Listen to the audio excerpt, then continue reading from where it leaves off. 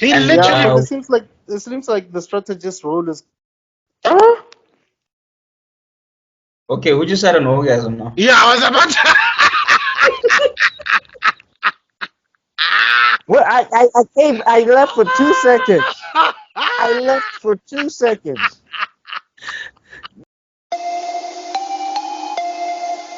Welcome to yet another episode of the Nerdgasm podcast.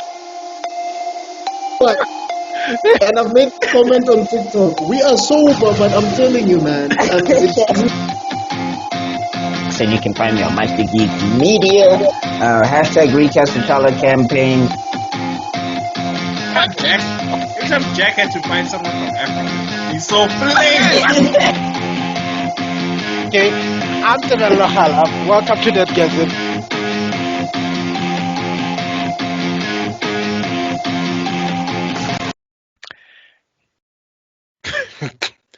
Hey, what's up, you guys? Welcome to another episode of Nerdgasm. Why did I want to say the geek spot again? You see, this geek spotting and Nerdgasm at the same time. It's not helping me. Of Nerdgasm podcast with our co-hosts. I think you'll only be able to see one of us, but trust me, everyone is here. There's just the two of us are in the spiritual realm because the shock of this show knocked us clear out, and then we went whoa. And they are in the spiritual realm. I'm still gonna look for their bodies and try and bring them back because it literally knocked them the f out. That's all I'm gonna say right now. So yeah, let me let everybody introduce themselves from the spiritual world. Mr. Extrodin, can you hear us from the spiritual realm? what is up, everybody? This is Mr Extrodin in the spiritual realm. I'm still intact. No monster, no spirit has taken my face or anything of that sort. Yeah, but yo, guys, thanks for everybody who's been subscribing, liking, sharing, clicking the notification bell icon on this channel. You can also catch me on two of my channels, Mr Extrodin Talks. Sorry, Mr. Extrodin Things and Mr. Extrodin Universe, where we talk all things geeky stuff and we dissect films, we discuss hip hop, and I talk to some creatives. That is me. See you on the other channels. Cool. And Mr. BuckMeister, is your Yes, spirit there? Give me a second. I might be returning to the physical realm.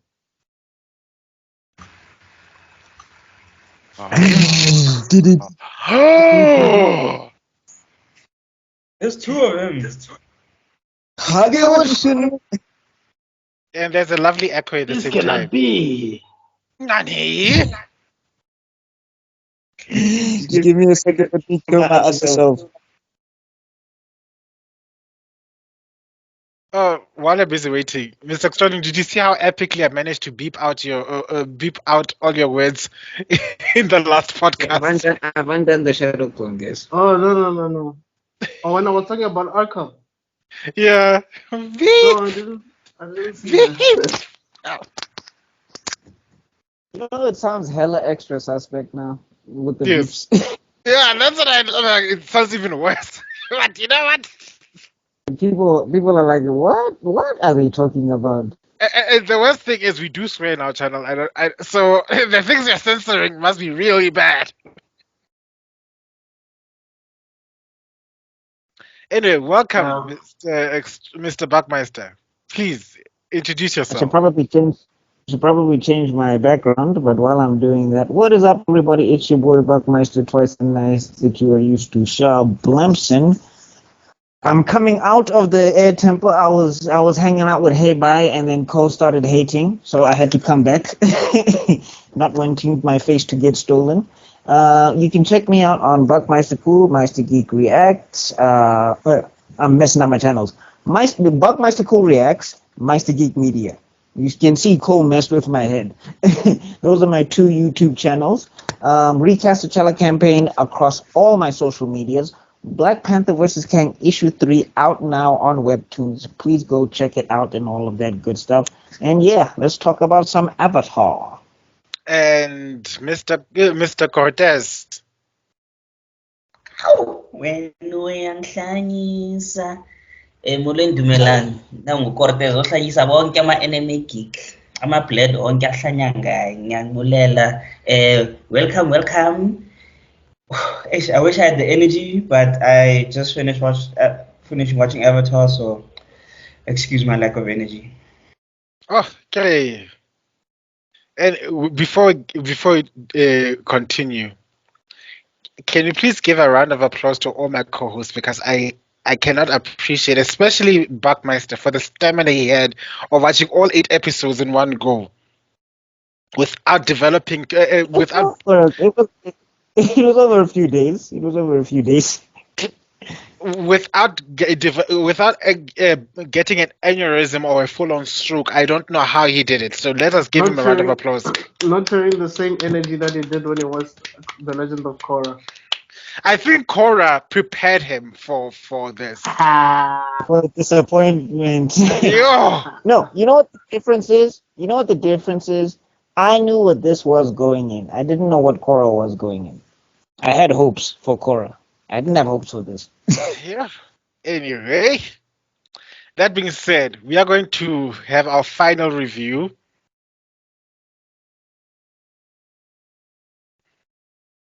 Isn't this Before the we final start, review? it is the final review. Oh yeah, because I was like, I don't see you watching this again. Like how you felt about Korra, how I felt about Korra is how you feel about this. Anyway, before we start, cue ditaba tsa anime.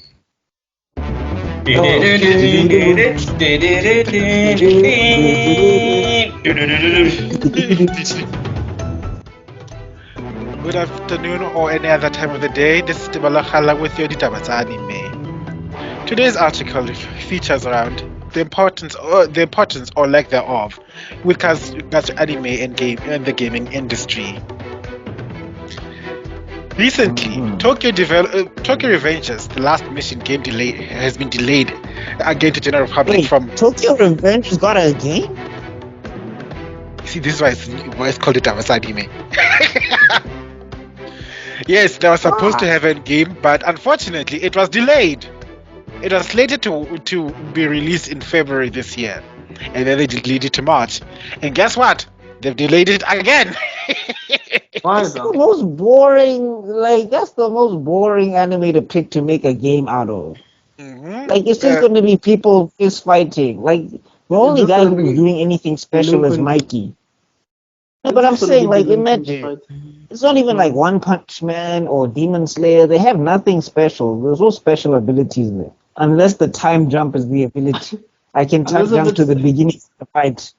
unless if it's Mikey's kick, right? And then the They only call guy who's it. got something. Mikey It kick. was. No. There's this channel, CJ the Champ. He named that move, Mikey Roundhouse 3000, something like that. The Roundhouse 3000 kick, because that kick. It's a kick. It's not I even a think it dynamic was. entry. They're trying to. I don't know. Okay. Anyway, the article goes as follows: JCV Kenwood and Victor Entertainment announced on Twitter that Tokyo Revengers, last mission game for the PlayStation 5, PlayStation 4, Nintendo Switch, and iOS, Android, and on PC via DMM games is delayed as of to yet as an unspecified date in 2024. The game was originally slated to launch in the winter of 2023 and later delayed to February. Pre-registration is open for the iOS and Android, and DMM game versions. The game will be free to play. There's a reason I'll put inverted commas because there's no such thing nowadays. With in-game item purchases, my point exactly, and will take up the main time loop story of Ken Waiki's original manga. So, what I How are want. you going to make that interesting? Is it gonna be That's like what an adventure thing where I don't know. I'm trying to think how the game structure is gonna be. Is it gonna be like an adventure game, or is it gonna be like a Street Fighter game? I just wanted to highlight regarding that. It's like, what are you guys' thoughts about anime? About popular anime becoming games? I know that they've tried, and in some versions, you could say they've succeeded in things like Naruto because it's combat No, based. Naruto was hella successful because it's got a litany of games. I think there's maybe 10, 15 games of Naruto. Dragon Ball Z also crazy. Like that's got 20 plus games or whatever. Isn't there like Jump Bleach has a Special few. games or something? I mean, there's Jump Force, but I'm talking about dedicated to a specific property. I mean, Bleach has a few games. But are I they know One good though Piece. compared to the others?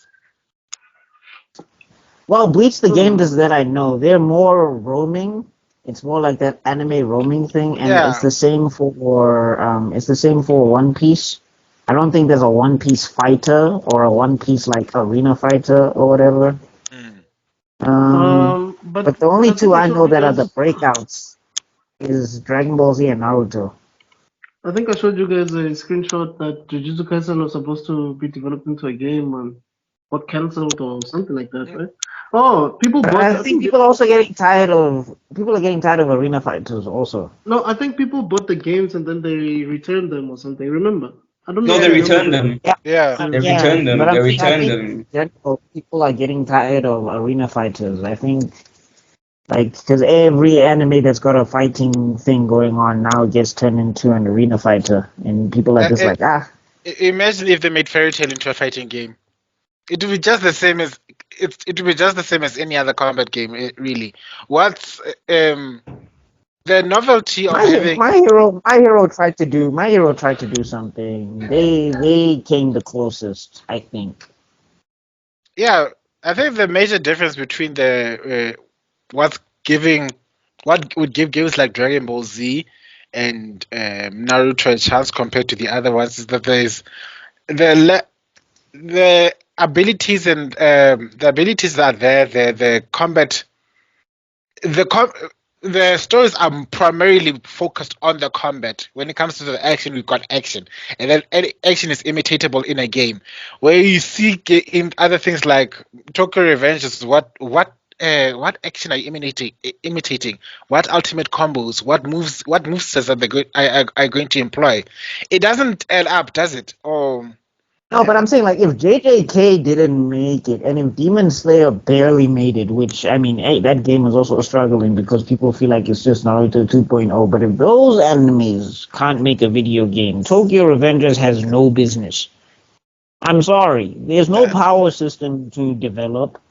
Also, the main character's abilities, all he does is he goes back in time when he dies, and he goes forward in time when he dies, or something, or like yeah, something of that. Like some event has to happen, or he has to tap. No, actually, he has to tap somebody's hand, and he goes forwards or he goes backwards. That's how I understand it so far.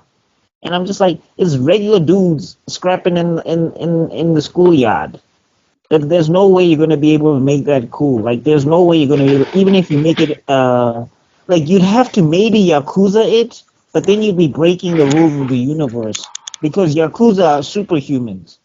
And also, Yeah. Takamichi's whole thing is that he gets beat up and he cries. Like people all think the Deku time. cries. Ooh. People I think think Deku cries. They know he has nothing on Takamichi, my guy. I think Yeah. the only other interesting character there, combat wise, is Mikey's second in command. What's his name again? Oh, Draken. Ooh, Draken, bother. yeah. The tall guy. Oh, and I don't know if any of you've watched the manga, so I'm not gonna spoil it for you guys. No, I watched the I'm anime. I caught didn't up, read the but manga. I fell off. I'm caught up, but like I fell off because they went in a direction in the manga where I was like, I don't know why you guys are doing this. I think Exactly. for me, after Baji's death, I just lost interest. Like that other arc that happens after Baji's death, I was just like, nah. The after Truckun happened to the that evil glasses guy, Mm. it really tanked. Oh, No, I mean spoilers. they do some things, but like what's this? The other thing is that it's just like they kept it was one of those things where you could feel editors stepping in, maybe, or you could feel the mangaka running out of ideas because there's like a point where he reaches the crescendo of his story, and like yeah, the main characters got everything that they need. There's this one thing they think that they need, but it's just like yeah, you could have ended the story there, and I guess it would have been like not like maybe a bittersweet ending or whatever. But then they keep the story going, and it's Yeah, just like I don't know where you guys are going with this. It's like So they're trying to show us what's happening after Happily Ever After. Like we don't want to see that. We just want to leave it to the imagination. no, it's season yeah, six. It's season six of Supernatural. Everything after that is like no, it wasn't supposed to happen. The Supernatural is supposed to end at season 5, and I will fight you in this. So I don't care what you're gonna write down in the comments below. I know you said prudential stands are gonna be like, oh my god, no. Listen, listen to me. So, It ended in season 5. cut the coin, After that, fill your rope. After that, it was a mess, and you are all in Delulu land. If you're going to come and defend me, it's like, oh no, Cass, oh no, this, oh no. You see, this is what happens when No, when a I'm cat translating tebello into weeaboo. I'm yes, translating tebello into weeaboo, into Japanese weeaboo. yeah, translate away, come at me, boom, boom. Anyway, Yeah. I think Massacre. I think that concludes the anime news. Unless you guys have any final comments regarding to the fate of anime games. Start looking at, stop making arena fighters. Start looking at an anime like One Punch Man and make it open world, and allow like your character like to play a Saitama and you like jump around the Saitama. Yeah. And then if you want to do something fun, I mean the One Punch thingy, the One Punch Arena Fighter, it did do something fun with Saitama, which I find kind of funny. Is that if you lose a Saitama just goes home. He doesn't die.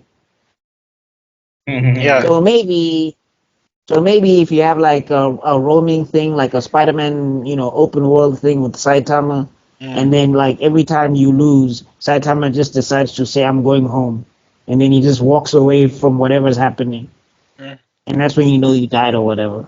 Yeah. I guess that would be fun. And then you could have situations where you're one punching things, but like maybe you could make it limited that he can only throw 5 punches, so you have to dodge or whatever and make sure you don't die. A free game idea.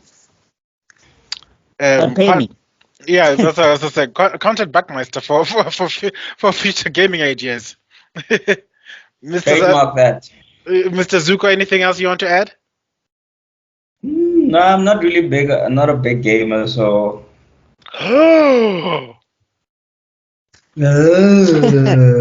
Heretic! Heretic! Heretic! What can I say? I'm special like that. You know what this means, right? What? When next you meet, I'm going to have to use my Genjutsu to introduce you to Magic the Gathering. I'm gonna start from the basics. I'm up for it.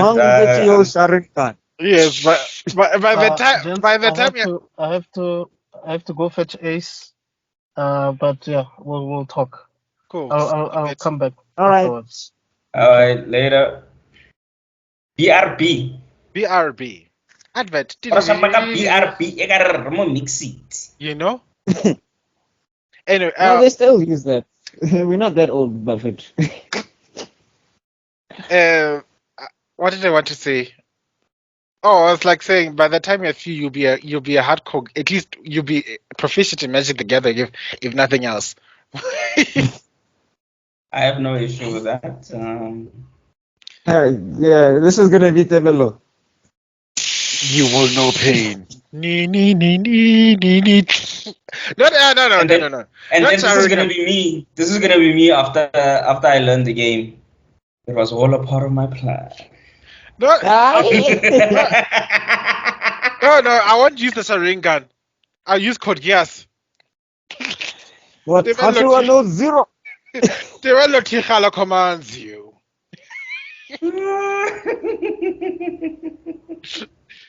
Anyway, let's move on to I think for to the meat of the crux. I think everybody who's been watching me on TikTok knows that hey, I've been reviewing. Lord. Going through the most.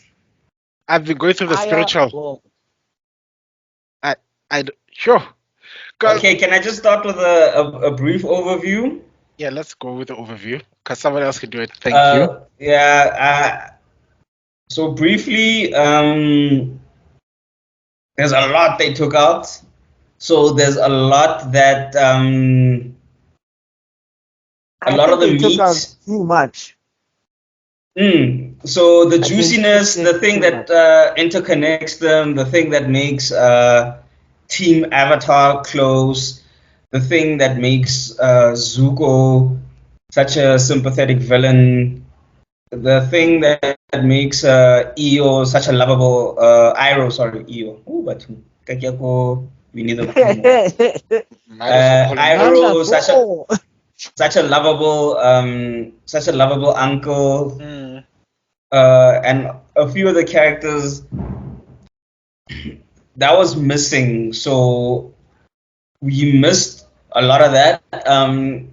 I think they could have made it 10, maybe even 12 episodes. Maybe it was budget constraints. I'm not sure. They could have made it 10 to 12 episodes to try and put in more things so that it, in terms of the content that we needed. And then 2, they definitely need to get better writers, because I swear Aang was saying the same thing every episode. It's my fault. I should have been here. Like every episode he was saying that. Like, oh, that's part of the stuff that they took out. I think the thing is, the problem here, right, is the rushing. So when we are rushing, you only kind of get one side of these characters. If like these actors can give you more sides of these characters if they had more space to do it. But what I think the problem or the issue is, right, is that like they want to hit all the major beats, but they don't sit in the major beats, if you understand what I'm saying. They don't like explore those major beats. Like already if you're taking out all the world traveling and everything, then the stuff that you're giving us, you have to sit with it. Like for example, Azula's screen time should have been taken out of this entire thing. I really think that they should have done the book 2 thing, or just introduced her at the end and start saying, okay, we're going to do book 2 stuff. I think they spend a lot of time with her that can go to other characters, that can go to the main 3 so that we can develop them with Ozai. And get in closer together. I was about to say that. I mean, it was not bad to see Ozai. I see what they're doing. I understand what they're doing, because this is supposed to be the definitive thing that separates them from from the cartoon, in that we get Ozai early, we get a look into the Fire Nation early, and all of that stuff, which is not a bad idea, but they spend too much time on it. And it's just like the characters you need to develop are already 5 or 6. So you and that's a lot of characters to develop in a season. Yeah. Especially in an 8-episode season. Like you don't have the time for it. So like also like showing the massacre, right? That took up a lot of time as well. They didn't need to have an elaborate fight scene for us to see all the airbenders get rocked and destroyed. Like they could have just had Sozin attack, and they could have just said, this is our time. Show maybe one airbender getting scorched earth, and then we can infer the rest and move on, and all of those things. Like when I'm looking at it, right? For me, because I like playing this game of what can I do in the time that I have. And if I have this specific time, I already got to start cutting scenes in half. Like, for example, the reason why it wasted time with Gyatso and Aang to have that whole back and forth is because, again, that could have been time dedicated to Aang spending time with Katara and Sokka. So, don't have Gyatso do that. Keep that part of the cartoon. Keep the monks being unbearable to Aang and all of that stuff. And then have Aang jet. Because that way you're already cutting out that whole conversation with Gyatso. Because it took a lot of time as well. Yeah. As much as their dynamic is good, because the dynamic between those two actors was actually pretty decent. But you need to get to the meat of this thing. You need to get people invested in these characters. And if you're taking too much time... Yeah, so in trying to give us, in trying to squeeze everything, it's like you had a T-bone, and they're like, okay, let's just keep the meat, and then they accidentally threw away the meat and left us with the bones, with some of the meat. I think this is what happened. This is what happened in this story, because, like we said, oh no, I don't think we said it because it was in episode 2. The reason Sokka doesn't come off and his dynamic with Katara is weak is because Sokka was this whole woman must stay there, benders must not be involved, only warriors must be involved. But we don't get that, so we don't get that conflict that builds with him and Katara and the eventual him accepting it. It's there, but not really. And also the Um, writing was No, piss poor. I'm sorry.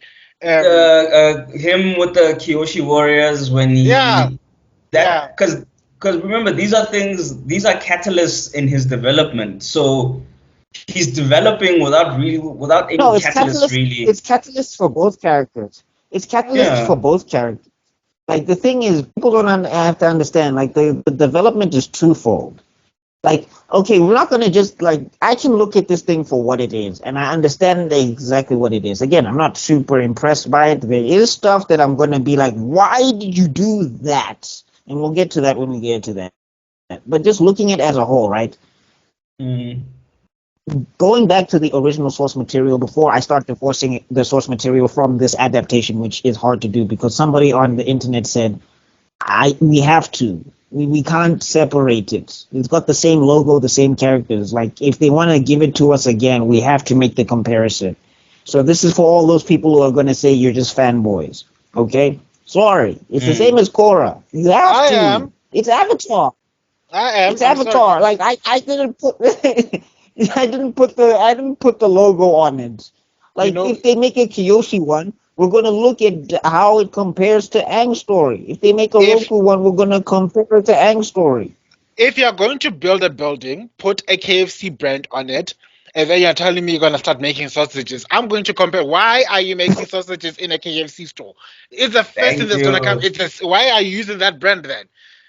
It's make it make sense. If you're going to use the same branding, then keep to the same quality and keep to the same product. You And can't tell me. especially the important points, especially don't take them out for fear of cancel culture because the thing, especially with soccer, they took it out for fear of cancel culture. But hello, you are teaching people who have a wrong view to have a right view. How are you afraid of cancel culture for that? There are so many other things. I wish the soccer's misogyny was the biggest issue I had with this story.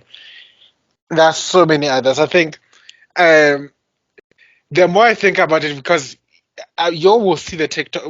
You all saw the TikTok responses. The first thing that came out of my mouth after each episode was, "Wow, wow! How could they have done so much?" And also And like it, them changing the dynamics of the relationship. Jiggy Jiggy, Azula and Ozai don't get along. Like what's going on with that? yeah, we'll talk about that. But just getting back to it, right? With the original And source then material. okay, sorry. Yeah, with the original source material, Katara and Sokka, they develop each other. You see, Yes. like whenever Katara is challenging Sokka's views, Suki was the one to break the wall down because that's he found her attractive. Also, she beat his Yeah. ass. But like the thing is with Sokka and Katara, the more Sokka has that thing, the more Katara pushes against it, and it forces her to be brave and bold, and to Yeah. make daring steps and challenges and all sorts of things, right? Because Like so, that's why having that there was important because it was a story device. So when you skip over it, it underdevelops some of the characters. And the thing is, right? Had you just had a little bit, like half an episode, just half an episode. Let's not even go full like what they did in the original source material where it's 2-3 episodes and then it's over because the minute they land on Kyoshi Island, that stuff was done. But have it in half an episode. And maybe then simplify it to Katara's character where she does something so amazing, Sokka's got to be like, maybe I don't know what I'm talking about. If you don't want to go the Suki route. Like, this is the thing that I'm saying. If we're going to chop and change, at least chop and change with purpose. Don't chop and change just to rush to a big, climactic thing that people are going to be like, oh, I recognize that. But it's like the way you yeah, got there, There's no set up, foundation it for it. There's wasn't. no set up, foundation. There's no setup. development, payoff. And here's the problem: we have in the original context, Kitara's conflict with Sokka directly impacts her being able to stand up to that misogynist Paku.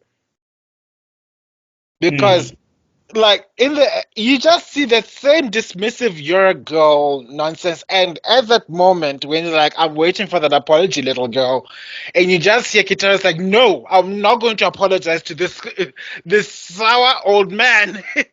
I'll be waiting outside if you're man enough to fight me. And like everyone's like, what the hell? Because these hands are rated E for old people, for everybody, old people. And you know what's interesting is that it's the same not tantrum, but it's the same outburst she has when she opens Aang out of the ice. Exactly. You saw the water cracking around her to show that she is a very powerful waterbender. We don't get to see that. And then, of course, okay, if I'm gonna start writing about the other thing when it comes to waterbending, it's like Aang didn't waterbend a single bit in this entire. Okay, we're gonna get to that, but okay. Why? So let's just go through this, right? So we spoke about episode 1. We get to episode 2. We're not going to be doing a play-by-play, but we are going to be doing some spoilers. So we've already done some spoilers. So Guys, at this point, guys, at this point, if I spoil it and you get upset with me, go ahead, sue me. It's okay. I don't care. This is a travesty of man. This is a travesty of mankind. The only thing that I hate this thing more disappointed by this show than anything else is like at least the movie's short. It's an hour and a half of disappointment. This is like 8 hours of chaos. That is the only thing. And that's another thing. Like the episode M. Night Shyamalan is worse. I'm sorry. minutes, 46 minutes. The episodes are 46, 48 minutes. Yeah. So they could have added something. M. Night Shyamalan is what is a travesty of mankind, but it's an hour But and it's a half. only 2 hours. Is it an hour and a half? Isn't it 2 hours? I'll take these 8 hours over that hour and a half any day. Oh my God. Earthbenders. There is earth beneath your feet. What? Slow motion. Slow-mo earthbend. Look, at least the fire in this looks like fire. Do you remember what the fire looked like in M. Night Shyamalan movie?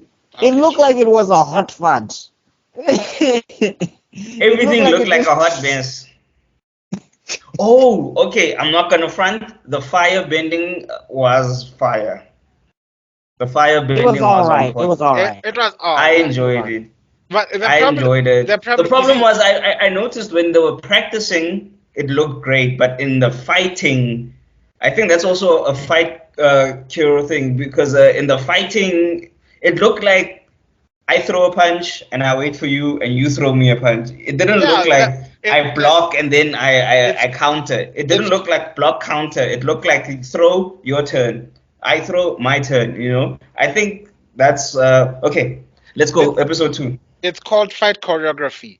There was no fight choreography at all. No, they had some stuff. They had some stuff. Look, I'm trying to be fair here. I'm trying to divorce. No. It pales. We're not saying they didn't. We're just saying it wasn't. It wasn't executed well. Yeah, we're not saying it wasn't executed well. Like they asked yeah, no, I mean I agree. They are static fights. It's not what I'm saying is that like when I look at some other live action stuff, right? Like other live action adaptations from anime and everything when they're doing the fighting. I feel like for this there was an attempt. But was it a great attempt? But at least I can feel like they're trying something. You know what? I think that's literally the motto for most of this movie. They tried something, and it just never went. It just never got off. That's what we should just call it. Versus other live action adaptations where they didn't even try at all. I gotta be like, you guys try. Also, why is Azula so cute? I kept on wanting to squeeze her cheeks. Like, come on, dude, Azula can't be cute. Anyway, I want. At this point, I want to put up a picture of this show's Azula and OG Azula, and then cue the original. Nah, okay. Let's not. No. Let's not do that. And also, don't get that twisted. I enjoyed the actress. It was just that she wasn't cute. She was She wasn't cute, underwritten. beautiful. She was under. She was cute like and it's not Azula, so it kind of took a little. No, but I'm saying, you know what? But I'm saying, Zuko. You know what I'm saying, Mr. Zuko. When you talk about Yeah. your sister this way, Fire Lord. What I'm saying, Zuko, is I think what I'm saying, Zuko, is I think is because the character is underwritten. Yeah. Like, she had a pretty decent introduction. Like that whole spy thing where you figure out that she's the one that sold out those guys to the Fire Lord. I thought that was like, okay. We Sorry, we we, That's we a good seeing intro. something That's here. and sorry, you I almost rolled my seeing eyes out of and my you head. seeing how she smiles about it. So okay, you're saying, oh, this is a duplicitous person, and then that smile, you can see that she enjoyed doing that. You're like, okay, cool. So that's something to work. And then you have And her then it become goes this whole, left. and then she becomes And then this it goes whiny left. little brat. Because Azula was a lot of things. Whiny, and just sitting, and passive Yeah, was not one of them. it was And again, whiny. I get what they're trying to do. I understand what's happening here. Because they're trying to separate themselves from the source material, they're trying to say that Ozai was manipulating both siblings. And yes, if you want to make the argument that he was manipulative to both Katara and Katara, to both Azula and Zuko, yes, he was. But you need to understand the manipulation that he had for Azula. It was a specific type. It wasn't playing them against each other. Azula fit everything that Ozai needed. It's just that what Ozai needed was terrible. That's why it was manipulation. Like Hmm. if you start pitting the siblings against each other, you miss the point of making Azula look intimidating, which she did, and then you miss the point of Zuko's development because now it's like Ozai is supposed to be this father showing his son tough love, which no, you made a less interesting Yeah, villain. No. can we please just get maybe I'm an old bitter millennial. I don't get it. Maybe it's my problem that can we please cut out trying to make super villains relatable? What's the point? No, I mean, look, making villains relatable, I get it. Look, Why? Thanos was a Explain okay. to me why. Let me break it down. Let me Yeah, break it down. So these things go in cycles, right? We all know that. In the 80s, bad guys were bad guys, right? yeah, We get to the 90s. You start getting your Mr. Smiths where he's explaining his philosophy of how he's sick of the Matrix and all of that stuff, right? yeah. We go further and further. We get Naruto's with your pains, where they're all reflections of Naruto and the world and everything and all of that stuff. Anime did this all the Okay. time. Yeah, Now yeah. we come here. Now we come here. It's like we want to make adaptations of what you know, but we want to change it and twist it. So let's take somebody who looks one dimensional and give them another dimension. But it's just like that's why you should have watched the source material because Ozai was a three-dimensional character if you studied the source material. We knew everything that we needed to know, and he was what he needed to be. Simply because when we get the backstory, okay, this is source material. When we get the backstory on Sozin and everything, it informs what Ozai is, and that's fine. Like you don't need to spoon feed it to everybody. It's okay, but seeing as how they thought Ozai was one dimensional, and that's like it's a big mistake that you're making. They thought they needed to add more dimensions. I I hear your argument. I'm really trying to and it's just the problem. The problem with it is that um yeah, sure, Ozai is a three-dimensional character. In fact, the thing what people don't realize is most villains, even 80 style super villains from back in the day, are three-dimensional. It's just that they're three-dimensional towards evil. For us to try and make evil relatable, like, oh wait, we need to give this a compelling cause. It's not just evil for the sake of evil. Um, for us, the problem is the example that comes to mind is for us trying to make us feel sympathy towards someone like Anakin Skywalker. They need to put a shock value so much that we had to have a scene where he ends up killing the younglings to understand just how far gone he is because you spent too much time trying to make this person relatable. Oh no, oh, he's He's just a misunderstood child orphan who was brought up in a desert and was taken away from his mom. That's why he's not evil. He's just misunderstood. The next thing you're going to be telling me, oh, Itachi was just misunderstood when he managed to massacre his entire clan. It's not like him. No, we'll get to Naruto because Well, I am an Itachi defender. We'll get to Naruto, but anyway, yeah. Itachi getting back to Defense this. Force. Okay. Instead of Itachi, let me just say somebody like Obito or Toby or even Madara. You know what I mean? We understand. The thing about Madara, we understand why he's doing his evil, crazy nonsense, but it doesn't take away that he's doing evil, crazy thing. We don't need to feel for him. Yeah, am I communicating this well? Okay, I I mean, see your point now. Naruto's the wrong. I think Naruto is the wrong example to use because Masashi makes you feel for all of them, whether they're deplorable or not. I mean, people cried when Zabuza died, and Zabuza was a bastard. So, but getting But back to, I'm talking can about you guys hear me? I can hear you. Yes, can you hear me? Yeah.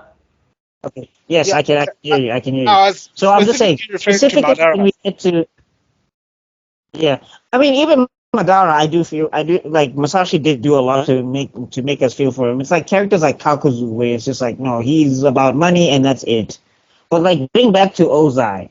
Yeah. Like the thing is, when you're approaching, if you're adapting a source material, right, and you're misunderstanding the source material, that's where the problem lies. I think it's Exactly. fine to make a sympathetic villain, and I think it's fine to make a villain for the sake of a villain. Like I think both approaches, if you do them well, it's fine because both approaches can fall flat.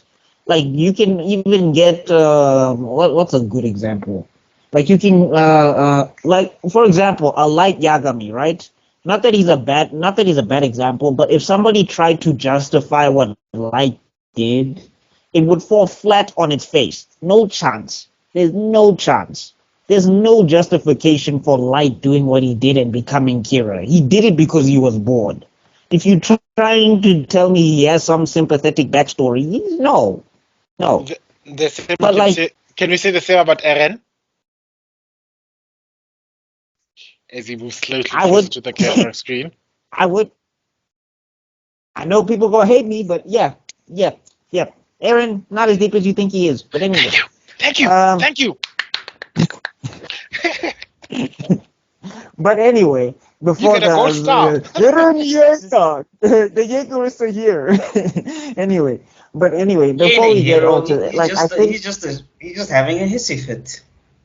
Yeah, that wiped out Justifying 80% it. of the population. yeah. No, well, when we talk attack, oh, Pillar somewhere is like, Bona, Pillar somewhere. Thanos looked at Eren and was like, damn, boy, really? You At look least I crazy did now. half. Chief, the whole. Like, You did the whole. I did half.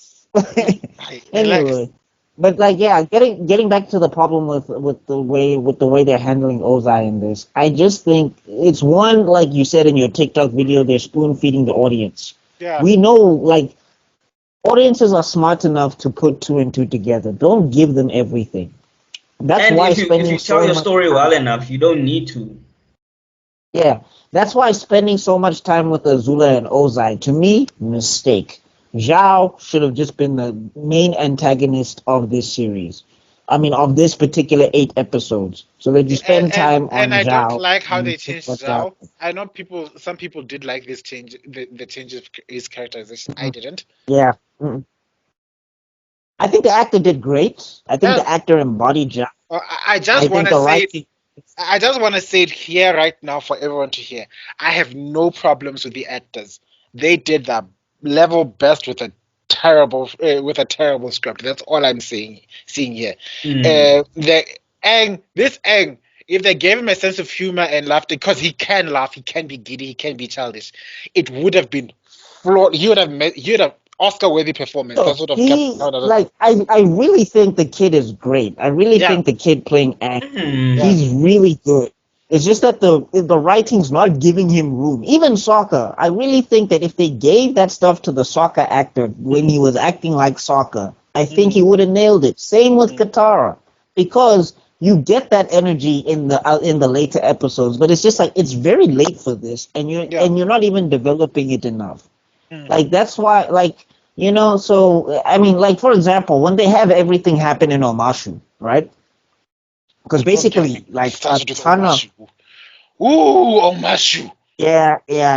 Because we got to talk about man. What did the Godfather say? Look at what they did to my boy. How does he do it with the Look face? at Look you, at it. my boy. They massacred my boy. We gotta get to the heart Okay, that was Boomy.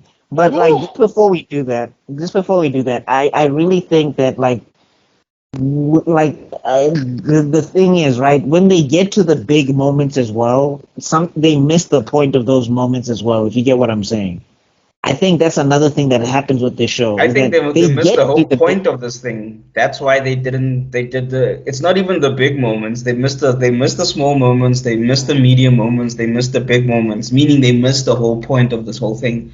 Meaning they probably didn't watch it. Meaning they didn't sit down and get a synopsis of it. They didn't read.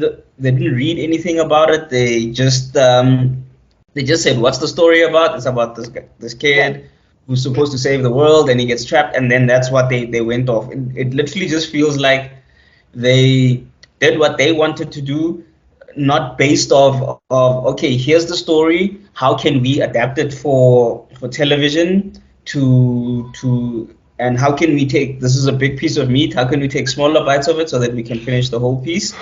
So that it's digestible for television medium. I just feel like they just said, "Oh, this is the piece of meat," and then they just cut where they cut, and so you have a big piece here, you have a small piece here, so the pieces aren't sized Yeah, properly. yeah, I can see that because there's one moment in particular where I was just like, why did you guys do this? And when the granny gives that whole exposition, You? I was like, no, no, and I get you, and I could see the writers looking at each other like, wink, wink, nudge, nudge. We did the Eh, intro, and I'm eh, like, eh, eh. no. You didn't need to You do might as well have. that. I'm saying you might as well have just done the intro in the beginning where you had the different avatars bending the elements, and then you say there's a new avatar and can save the world. Just do it there. This whole thing of trying to cram it into the script because now it becomes exposition for exposition's sake, and it's just to move the plot along. Like, And because like now I, it's a speech and there must be emotion conveyed and all this thing, it's actually longer. So I, you're just wasting time because if they'd done it the way it was supposed to have been done, it would have been a shorter thing, and they would have had more time to do something else. the Yeah, like that, like when she did that, I was just like, stop it, no, no, no, no, no. And then on top of that, they even have the old lady pointed out, like Gran has special sense abilities of awareness or whatever, and he's like, that kid is the Avatar.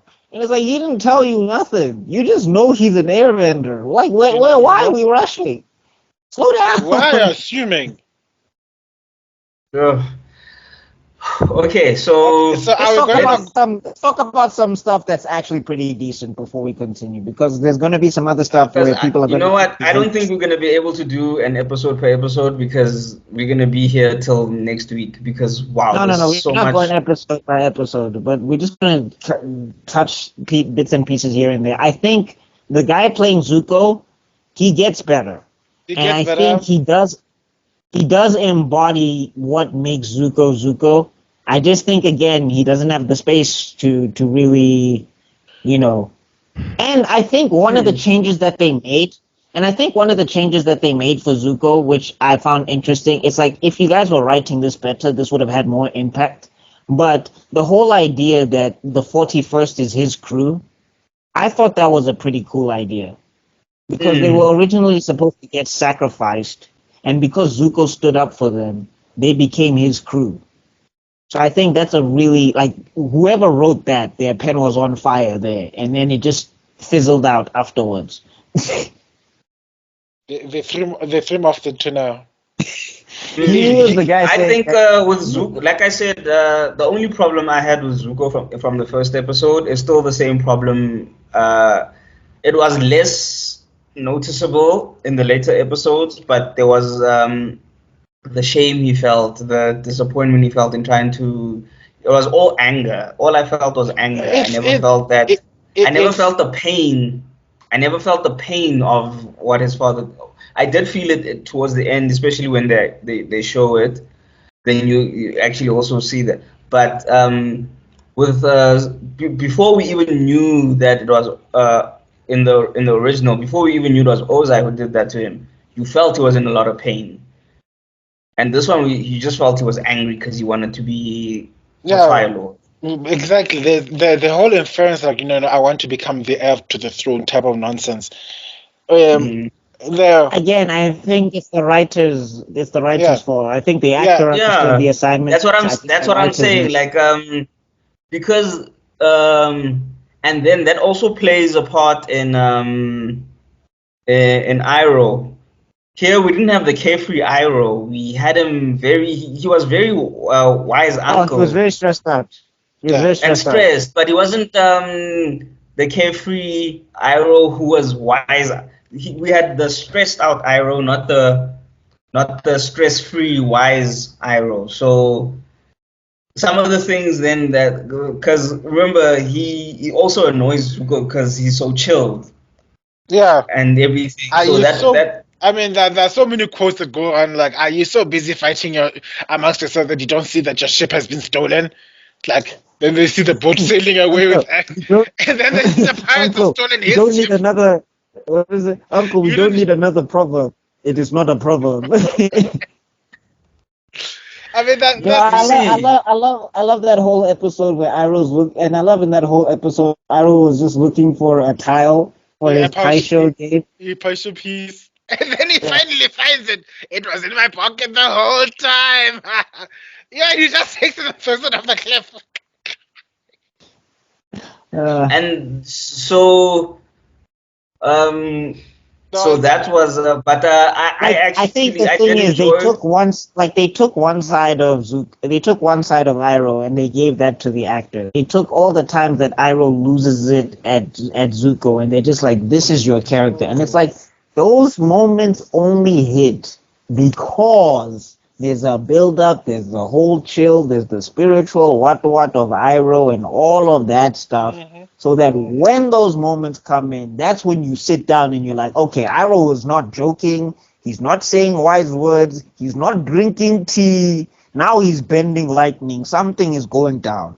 He's not And I think the telling actor, Zuko to calm down and not be fire bending with anger and fire bend with his spirit. And So a lot of things. I think BuckMeister actually touched it. I think this is what they did. They literally took one characteristic of each character and then they threw that, and that was the character. Like they made the characters very one dimensional. They made Zuko angry all the time. They made Iroh stressed out. They made Aang um, they made guilty.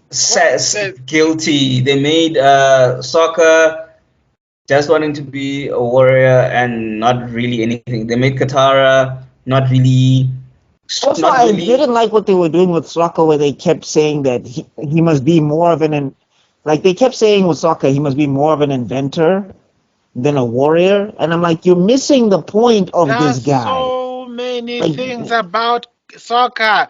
Soccer is supposed to be like, yeah, he has these ideas, but he struggles to put them on paper. He's a terrible artist. Like, look, I do this. It's like, wow, what is that? And it was supposed to be the other inventor guy who figured it out. I was like, oh, he's trying to say this. Exactly. Sokka's like that guy. He's like the CEO of the company, and he's like, guy, I have this idea, and then the engineers figure it out, and then that's him. He's like he literally gives you that. no, He's like, I've got an idea. again, but him being, but I'm saying him being an inventor, it is, but I'm saying him being an inventor, it is a thing. He can make stuff. He's not, I know the Apple heads are going to hate me. Wait, can you guys hear me? I can hear you. Yes.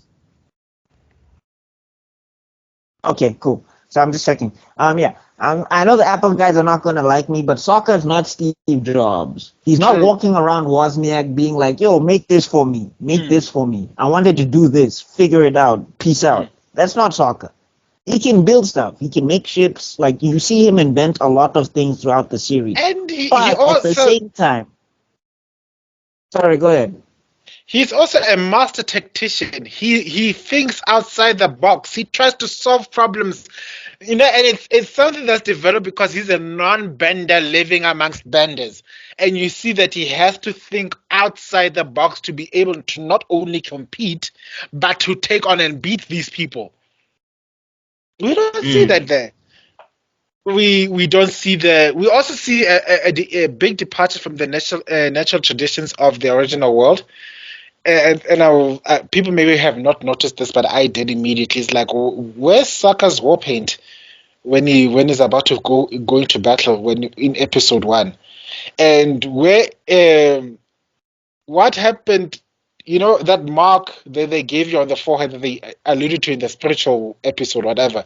That was supposed to be people who are going to take you on what basically is a suicidal mission. In the siege of the north, of which we will not talk. I will not talk about. Otherwise, I'll end up screaming so loud I'll fall into the Avatar state. Somehow Kiyoshi will find me in this world and take over my body. And like, We have to talk about it. Yes, like. Oh, So okay. anyway, I was just saying that such departures from this the We have spiritual. to talk. Okay. Wait. Am I? Can you guys still hear me? Is We it can my still turn? hear you. Okay, there we go. All right. Can you guys hear me? We can hear you now. Yeah. Yeah. Okay. Looks like I'm fritzing out today. Maybe it's because of the power went down in my area. Oh, do you All want right. to? Do you need It's to move to a definitely- You northern? guys, I think I'm frozen. Am I frozen? No, you're not frozen. No. Oh, hey everybody, Goku's back. Guess who's back? Back again. Shady's He's back. Back Hello, again. friend. Dimensionality Guess who's that back? Zuko was Guess who's talking about. back? Guess who's back? Guess who's back? No, no, no, no, no, Yes, Hey no. guys, Right. hey guys, I just came back. Na na na na na na na na na na na na na. Okay, I feel like my internet Wow. is. Slim Shady, follow us. Oh, that's Casey why. Media. How far are we now? Gents, give me a second. Sorry? We still Check ranting. some- We haven't actually. We're not gonna go through the. We are not gonna the go for episode. play We're just play, literally like ranting about it now. because we can't. We've been talking about. So we talked about the story about how a lot of chunks were missing. We talked about how the characters were made one-dimensional. We've touched about how the actors The dialogue. were not given enough meat to work with, how poor the script was. And I think we were talking right now about soccer and how Yeah, they we just also- they just try to make him an engineer, not a warrior engineer or an like inventor, an strategist, or inventor, a strategist. They just try to make him into this one thing. He And, Yeah, literally. but it seems like the strategist role is. Okay, we just had an orgasm now. Yeah, I was about to. Well, I left for 2 seconds. I left for 2 seconds. No, literally, they like I was speaking and then no, look, Tebello's my witness. Tebello's my witness. I'm not I being. heard it too. I was like, what the hell? Luna, yo, stop. Tebello's my witness. Please, guys, please. Just heard it. Like what?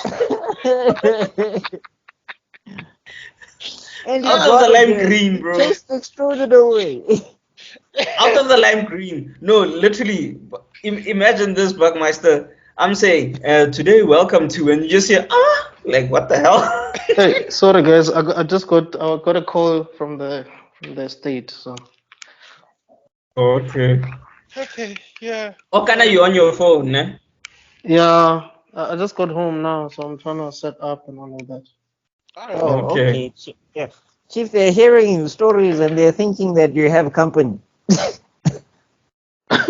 We had it Hey, August. man. That's all I'm saying. It's like That's all we say. Like whether it was from dun dun dun or whether it was from whatever, Chiki but wow wow. Bow chiki wow You were bending somebody's air, my guy. yeah. You were whipping somebody's water. It's called You were showing someone the Fire Nation. it's called Zahirism. Zahirism. The art of taking out someone's air. You know? Which reminds me of that silly little TikTok I put this week. You know, when Okay, I, back when to someone the was asking, when children was the show. last time you gave water to your water sign? When was the last time you plowed your earth sign? And then I cut oh, it. I saw that one. I actually saw that one today. Oh, I cracked up. I cracked up. I cracked up. I saw that one today. We can never take this show live. Like you guys know this, right? Like they asking us to host at Afro Geek. We can never. We'll behave. No. Sheba, please, Afro Geek, please. we will behave. We know how to behave in public. It's okay. Don't worry. I'll put on a bib and a mouth guard. And one. Ronaldo Menas. Yeah. Oh my gosh! Like the whole con will be cancelled. Lebaka is just us. We'll end up on the news. These obscene are these what geeks? Are these what you call geeks in South Africa? Anyway, I'm tangent back. aside. Yeah. Yeah. So, like, I think the reason why I'm giving this like, for example, right, just to take it back to, and I know people hate it when I say it, but I'm going to say it, to take it back to Korra, right? Ding. I think lots of great concepts, lots of poor execution. Yes. And then I think what happened is that they started messing with lore, right? So in a way, Tebello was right. Korra did prepare me for this. But I just think that when we come here, I give it more grace because I really feel like the actors are trying. Like it doesn't feel like Shyamalan where people were not invested. The guy who played soccer in Shyamalan, he knew nothing about soccer at all. The girl who played Katara, she knew nothing about Katara. Nothing. I'm sorry. Nothing. Like, the guy who knew about Zuko was Dev Patel, but like, already you're just like, why are they making the Indians the firebenders? I don't know. Anyway. Why all the light skinned people the good guys and all the dark skinned people the bad guys? What's going on? And what? Yeah. Why is What- Gyatso black? Like, can someone explain what Gyatso being black? I mean, I want to know that story, how he got to the temple. There's so many other questions I wanted to ask. Like, why is the Fire Nation in India? Because literally Indian imagery was everywhere in the Fire Nation. It's like, really? And you're like, Shyamalan, you made your people the bad guys? Like, you were in control of that. You know that, right? Ladies, he's back. There Look is at your that. delight. Oh. Look at that gorgeous, handsome face. Look at him. Look at Look the at ladies. him. It's about to turn into, it's going to turn into an Allspice commercial. It's going to turn into an Allspice commercial. Hold on. Look at your me. man. Look at your man. Look at your man. Now look at him. Now I'm the man Now look you at your want man. you wish your man was. Look at your man, now back at me. Now Now back look at at your him. man, now back Now at back at me. me. As you can see, I'm the man that he could be. I'm not your man, but you could smell like me. Look down, now look back up. You're on a beach with This a is man not your man sponsored by smell like. Allspice. This is not sponsored by Allspice. I was just making it for the joke. Oh man. I'm actually gonna go YouTube that ad again. That was a brilliant ad. Power in a can. Who made And then they who- changed it to Terry Crews and then it just was like, what is this? Oh, yeah. Mr. Extrodin, what are you doing, my guy? You're making the biggest mistake that you can make in this review. What's that? You're putting the cartoon wallpaper when you can see that Tebello has been seething over this thing forever. I Now think you're going to make him even more upset. I think it's having the opposite effect. It's coming me down. It's like, at least you have this. Oh. Also, At I least should you keep, guys I should keep exist. it animated? No, you can change it. It's fine. But it helped. It's done its job. It helped. Who's Yeah, guys. These guys basically held an intervention when I released my episode 5 review. It's like, you know what? I'm done. When I saw Azula's red fire, there goes my light.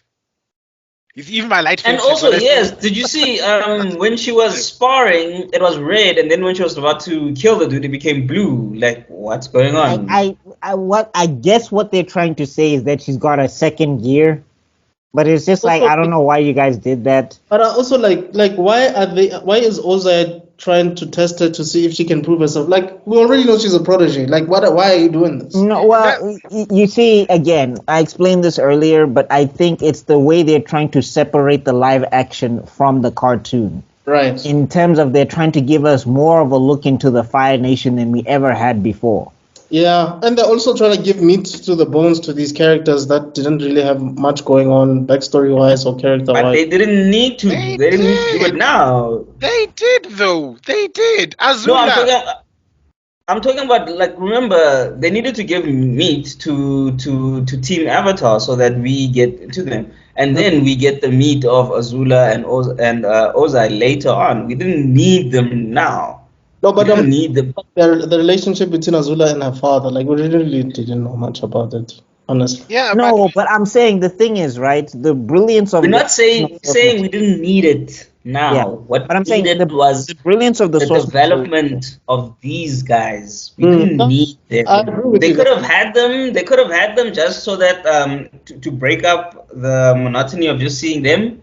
Mm. But they didn't need that much of them in the first one. And I'm saying also, just to say, what's this? The brilliance of the original show is that Ozai had already chosen Azula as his successor. Yes. Like this idea of him trying to pit sibling against sibling, it's like now he's showing favor or he's showing sympathy for Zuko, Right. and it which he breaks never that. had. And Yeah. I'm saying, and it hurts Zuko's character arc, and it hurts the impact of the Fire Lord, because Yeah. if we know there's a person in there, quote unquote, now it becomes more difficult for everybody to build him up as this threat, as this immovable object, or as this force. Because they're making him a Kylo Ren type of character now. And it's just like, no, that doesn't fit Ozai. Like, the reason why Azula was damaged heavens. was because she had a good relationship with Ozai.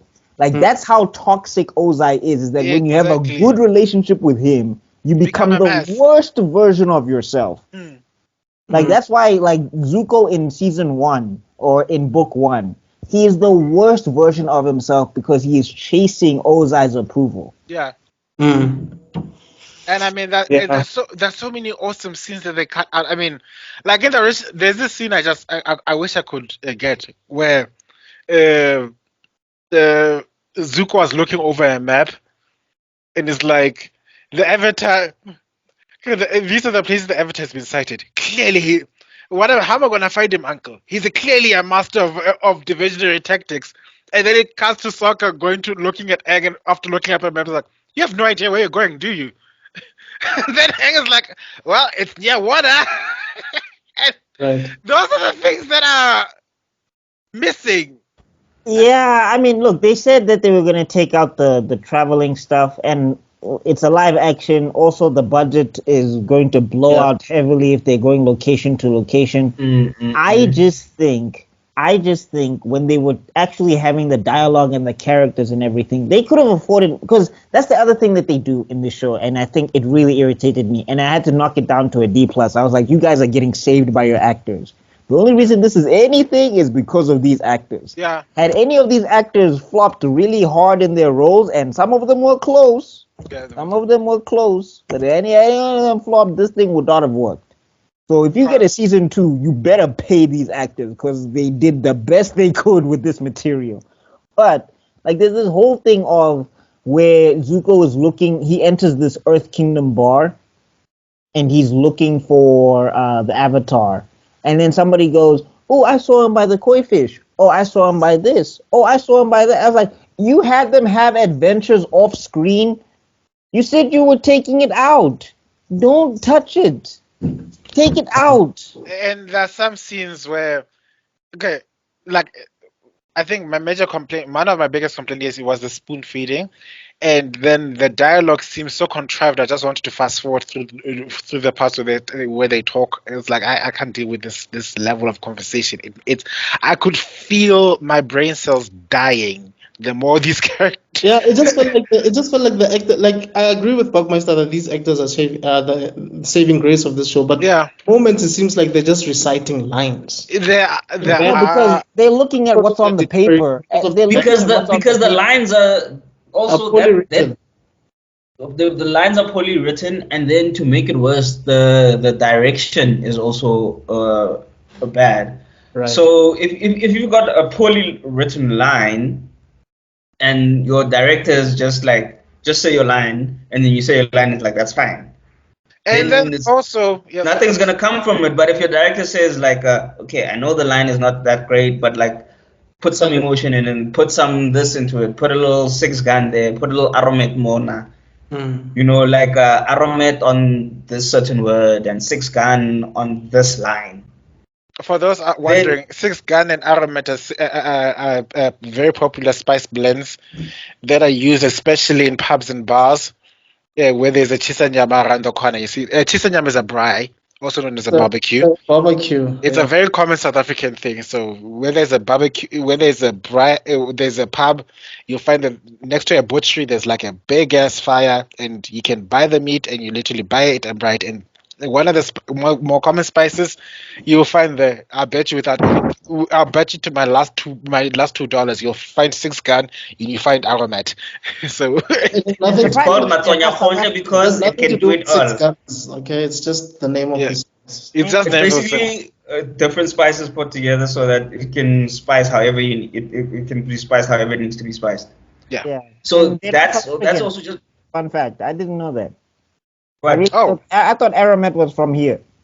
it's not. it's from like- Germany. Yeah, I was so like, how? Germania. Anyway, we took it. Yeah. So Anyway. you know things that you identify as ours.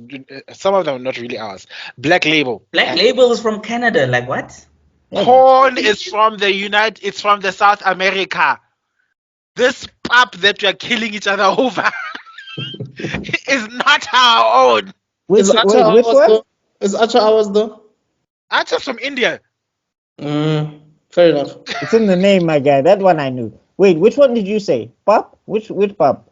Maize meal. Maize is not ours. It came with the colonizers. Oh. What did we What did eat? we have before maize? Don't then? we? I don't. Well, sugar. No, I mean we have minerals. I mean I don't know. We had something. I know. I Oh, remember this. bunny worms I know are here. There you go. We had some form of pap. I just can't remember what it's But with called. sugar, I think with sugar it's also debatable, right? Sugar cane. Sugarcane. There was no sugar cane. Yes, we did.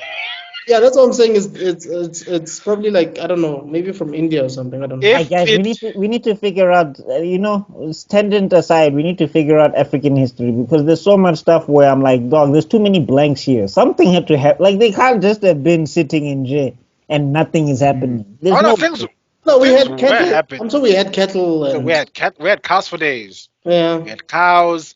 We had grains. We did have grains of our own. Because like It's a- sometimes South African history feels like Khoisan something Shaka Zulu something. Jan van Riebeeck and then It's quite. It's quite. literally, that's it. It's Khoisan, Jan van Riebeeck, Shaka Zulu, Anglo- Bobo, and then Mandela.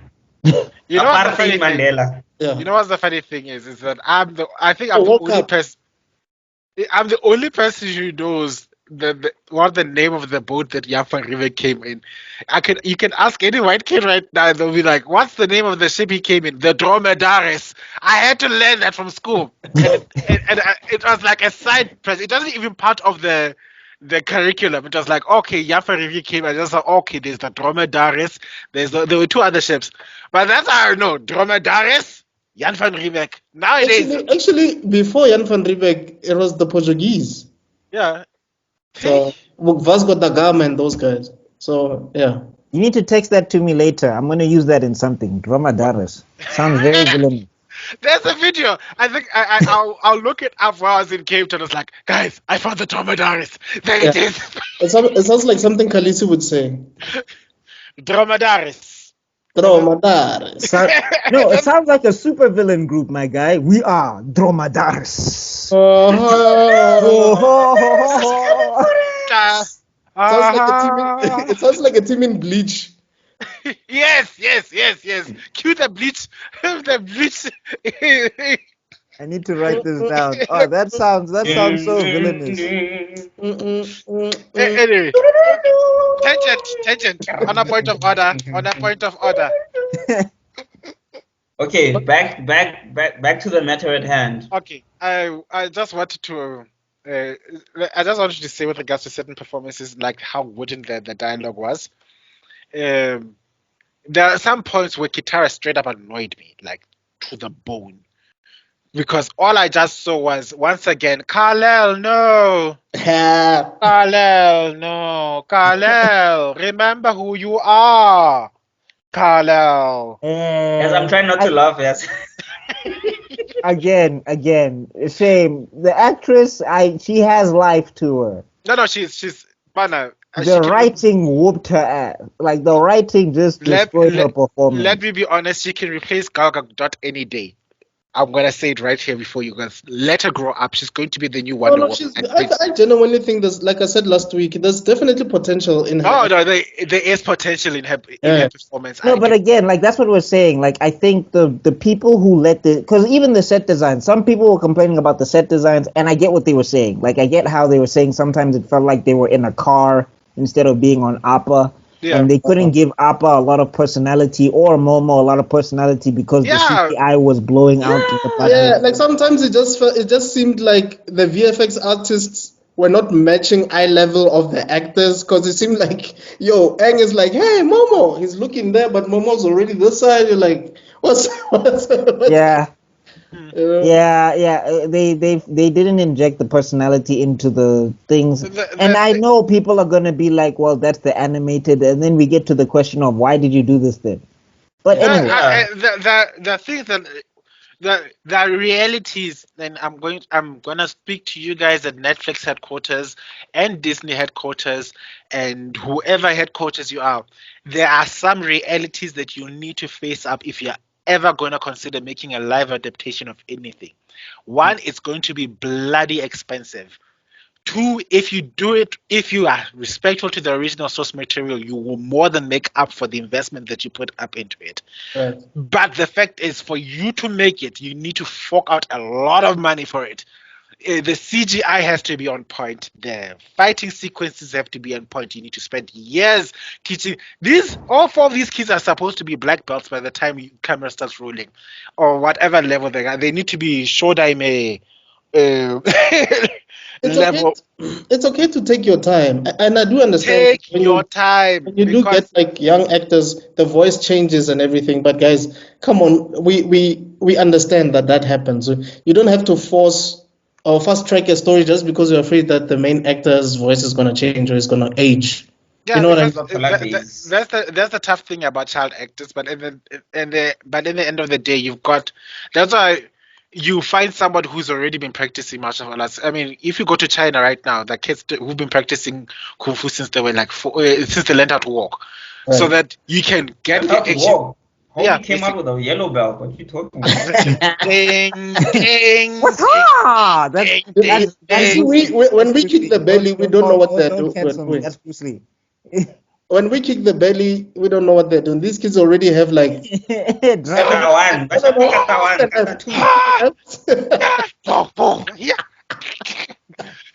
Oh my God! Don't cancel us, China. We're not saying all Asians know kung fu. We're just saying there are Asians in China that know kung fu. Okay? That's what I'm saying. Dude, when they get born, the theme from Once Upon a Time in China is playing. Okay, stop.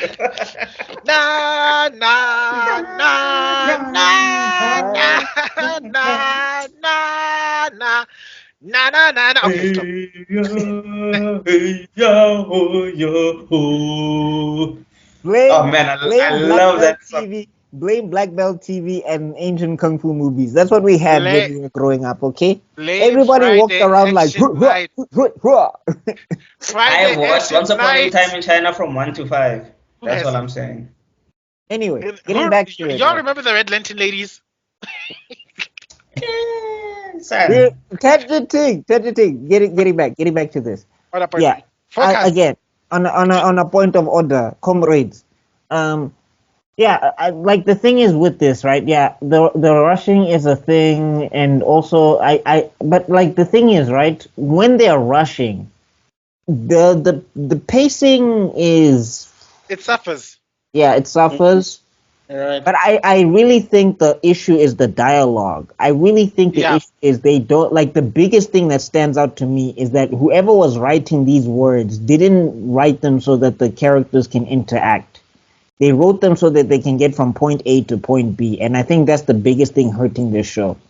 It's that. Then the other things, even in the because I mean the costuming is great. Yeah, just to say some things, the costuming is great. I think, and like Aang's glider looks really good. Sokka's it looks really small, but we'll get around to that. Yeah, but I'm saying like the costuming is good, and the sets, a lot of the sets are good as well. Yeah. I really think the people, I think it was the editors and the writers that didn't come to play. I think everyone else came to play. Also some of the special effects guys, like you guys, they were sleeping on the job, honest to God. Yeah. But the costumers, the set designers, and the actors, I really think they tried. Because I mean, like Kyoshi. Because I mean, like when Kyoshi stepped into the scene, first off, why are you having Aang meet one of the most violent avatars? I had to woosa after that. It's like because I know like I mentioned in my TikTok, I know it's not everybody's favorite. My favorite past avatar is actually Roku. Yeah, I know. Firebender. Firebender spending Firebender. It doesn't make sense. No, but I mean, he's more of an airbender than Kyoshi's a firebender. Like she was just born in the Earth Nation. That's all that happened. That's a mistake. Like literally between the two of them, you're just like, I think you two are confused somehow. Like somehow Roku was supposed to be an Earthbender and she was supposed to be a firebender. Because Kyoshi, the minute she sees Aang, what are you doing, Chief? Smoke! Kill them! Fire. Kill them! Burn everything! Dude, she didn't even say like, oh, you just started. It's your first day on the job. She was like, hey, Mfana, why haven't you killed these people? Like, dude, it's my first day on the job. No, and I'm like, dog, he's 12. You're a grown woman. That's your first advice? Like, even other past avatars, they're like, yeah, that's Kyoshi. Sounds like her. Yeah, Roki was like, yeah, that's on a tangent, like Kyoshi was with that smoke. That scene with her, I kind of enjoyed it, man. Like, she was with the smoke, bro. When she took over Aang's body. She got so irritated. Like she got so irritated. She was like, you know what? Yeah, clock one. Yeah. Like let me show you. Like, because you see, you're irritating me now, and my island is on fire, and they're Fire Nation here, and they just. Okay, shut up. Yeah. You know what? Your soul is mine. Give me the phone. You know what? And then when she landed to that Fire Nation people, she went Tupac on them. I ain't got no motherfucking friends. That's why I'm gonna kill all you firebenders. What gets me going is that she lands there and then she takes on Zuko like impossible. Fact. Yo, bruh, like she took. Like she came down like Annie up, like that's the theme that should have been played. Annie up, rock that fool, Annie kidnap that fool, get him. Like straight up, dog. No, how that scene would have worked is like as he was fighting, Katara's like, do you hear boss music? And boom! Oh, you know what was like make me literally lose my mind? Honestly, she came in like a mother and disciplining all the kids. Hey, Luna, what's on camo? There's this song called Better Get Ready to Die. There's this part of that song. Ding ding ding ding ding ding ding ding ding ding ding ding ding ding. You better get ready to die. But like I was saying, like it shows you that if Kyoshi was the one that was actually No, this supposed to war be dealing with all of this. This would have been It over would have years been ago. over a I long time ago. Bro. Soon after Ozai would have been done Let's for be right fair then and though. then. Let's be fair though. Kiyoshi had more time to master the elements than Aang. Like I think people don't give Aang Yes. enough No, credit. definitely. I think that was the whole point of that scene, in my it's opinion, you is know that she has more experience. She was the Avatar for a while. She had already mastered all the 4 elements. That's why she was like OP to yeah. a certain degree. I think my ultimate deduction that gave me some way of managing to watch this thing was me thinking this reads more like a fanfic than an actual Yeah. Yeah. this is not a retelling. It's a fanfic because so many changes that are necessary. Cole the face stealer isn't stealing faces.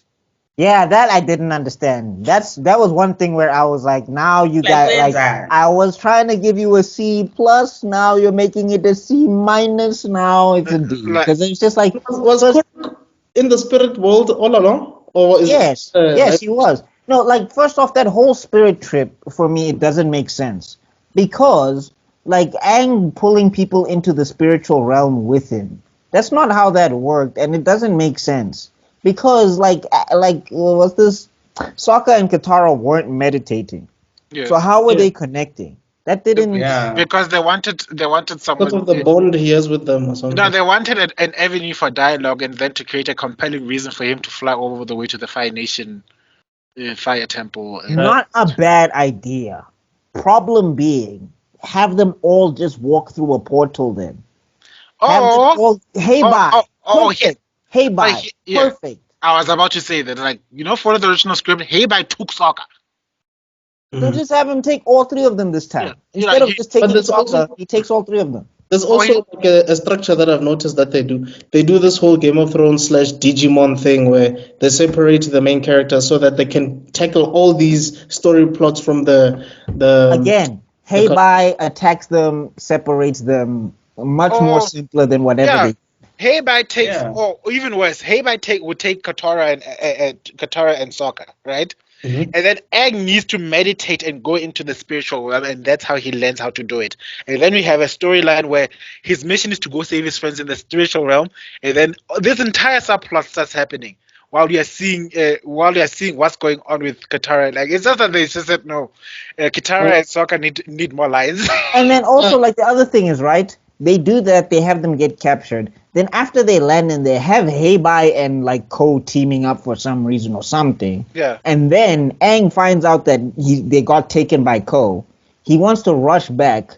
He runs into Gyatso. They have the little Gyatso thing. Gyatso tells him to find Roku. Can find Roku at the temple. He goes to the temple and all of that stuff. Which was once again almost made me raise my hands up and scream, "Why? You're already in the spiritual realm." Imagine.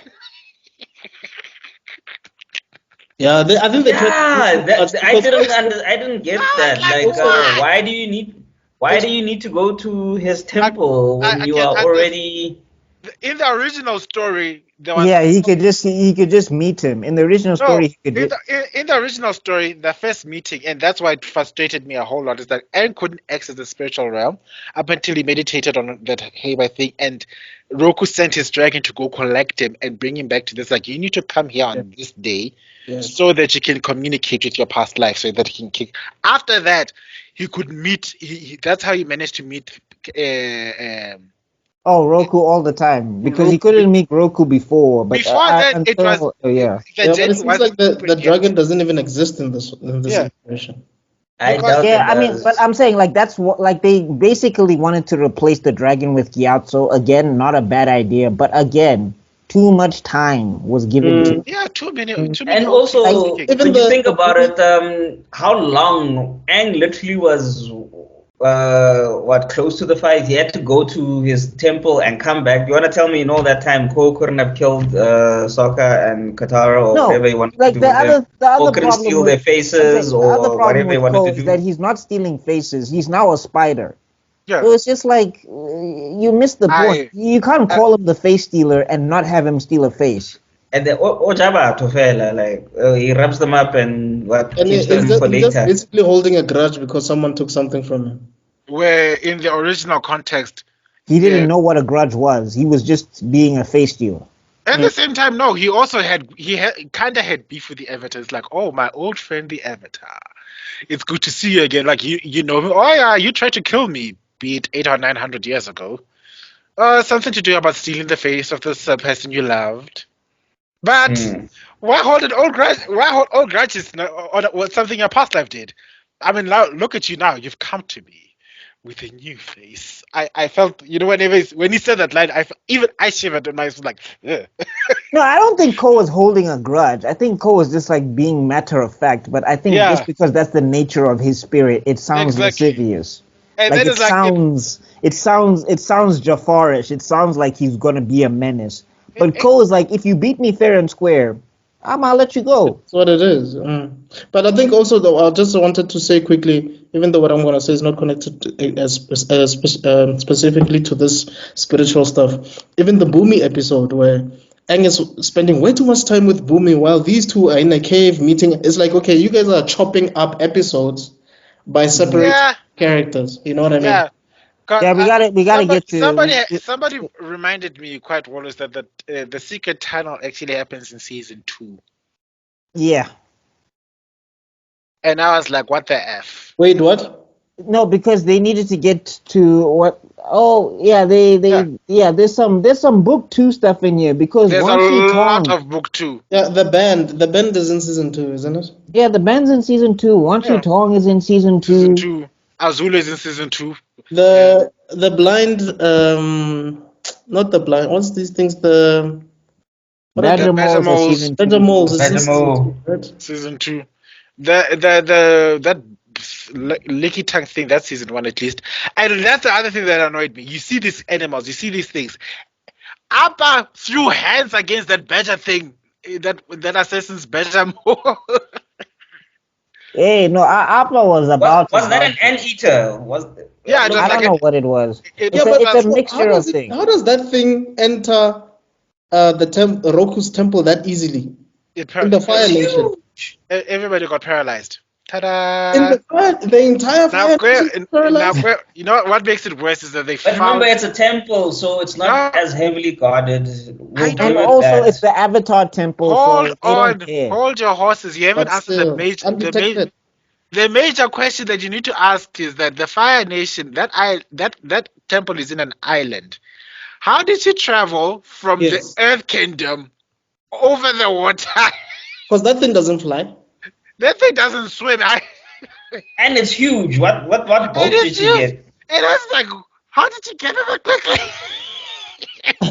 Yeah. Anyway. There are so many plot contrivances. It's like there's an episode that starts with everybody just running away from firebenders.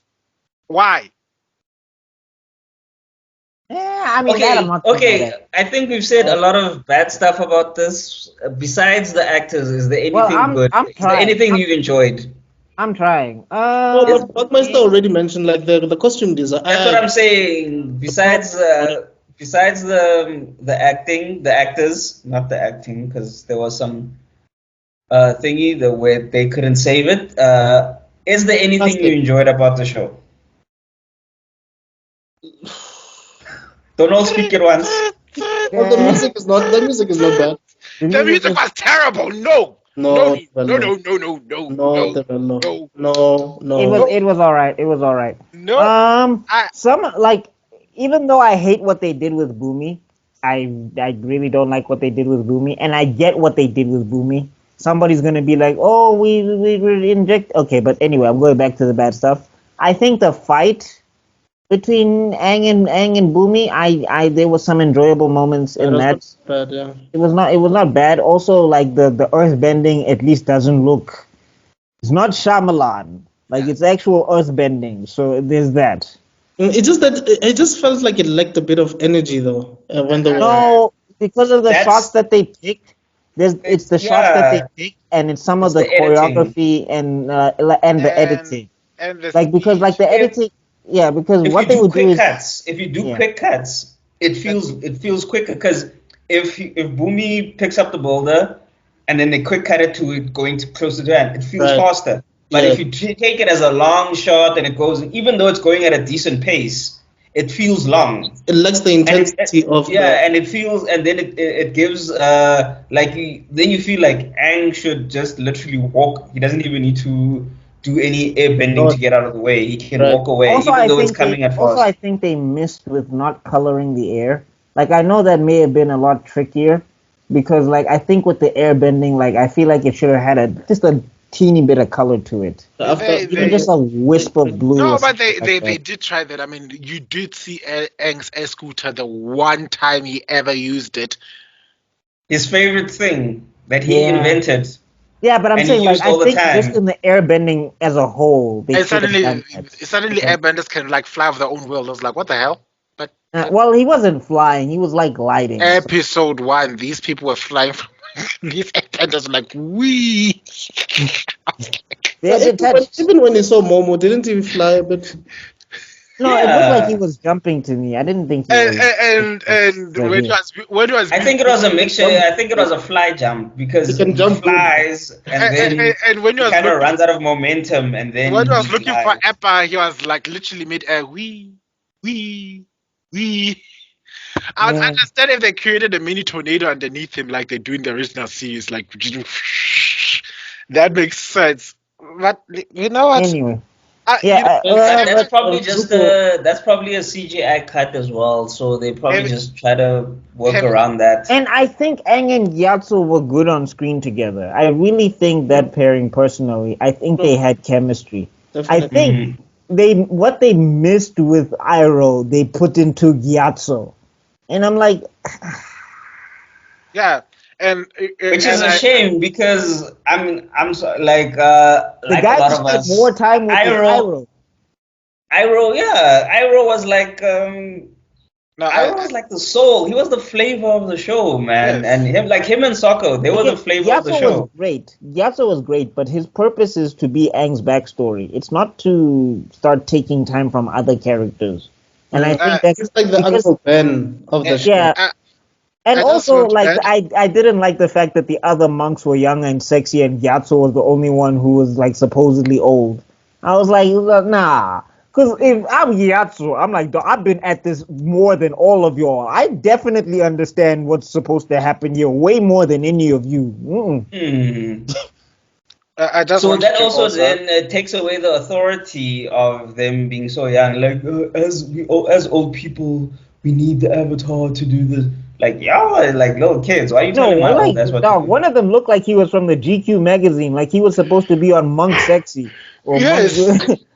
Monk sexy. like you know, if they had a 4 seasons catalog, it would have been that Monk, Philod, Ozai, Sokka, and then I'm telling you, bro looked like he was supposed to be posing on some, like he'd be doing some, and then his Yeah. six-pack is showing. And I'm What just do they like, call? dog, What do they call how is Ozai? Zaddy. I Lord like Zaddy. I was looking at Gyatso. I was like, why are you letting this little boy talk to you like this, Gyatso? Come on, you've got gray in the beard, you've got liver spots in the face. Tell this boy he don't know what he's doing. I wonder who of the two of us have actually lived to see the old Avatar. You, me, you. I mean, Shut up. we didn't even get a chance to see who was that firebender that trained Zhao again. John, Oh, Zhang. But again, that's part of the gallivanting. So apparently. So yeah, it makes sense. he's Important not there. backstory why Aang becomes hesitant with his fire bending gone. they'll probably try and squeeze it in season 2. And I doubt They it. will. Yeah. No, you What's know the- what they're gonna? Yeah, they will. They need to have a thing where Aang is afraid of fire. They need to have it in there. Otherwise, it really just. There are things like as we've been crying. Or what they'll do is, and this will probably be worse, is that they'll just say that the Fire Nation is so aggressive that Aang doesn't want to bend the fire. to that. Probably they could do that as well. And Like- there are other things that are like, I know, Mr. Extrodin, you're defending the music. I can't. I'm a music junkie, and the thing is, if you look, and I'm gonna because it's called The Last Airbender, I'm gonna compare it to the original content. Where's Iroh's theme song? Whenever Iroh spoke something. Yeah, I think Well, it was there. that's the thing. Like You're there's comparing a it there's to a the back original. there's a backstory. Like when you see the backstory between him and Zuko when he's at the son's funeral, you hear the music in the background. And then, of course, why did they remix Azula's theme? That song slapped on its own. You don't change on perfection.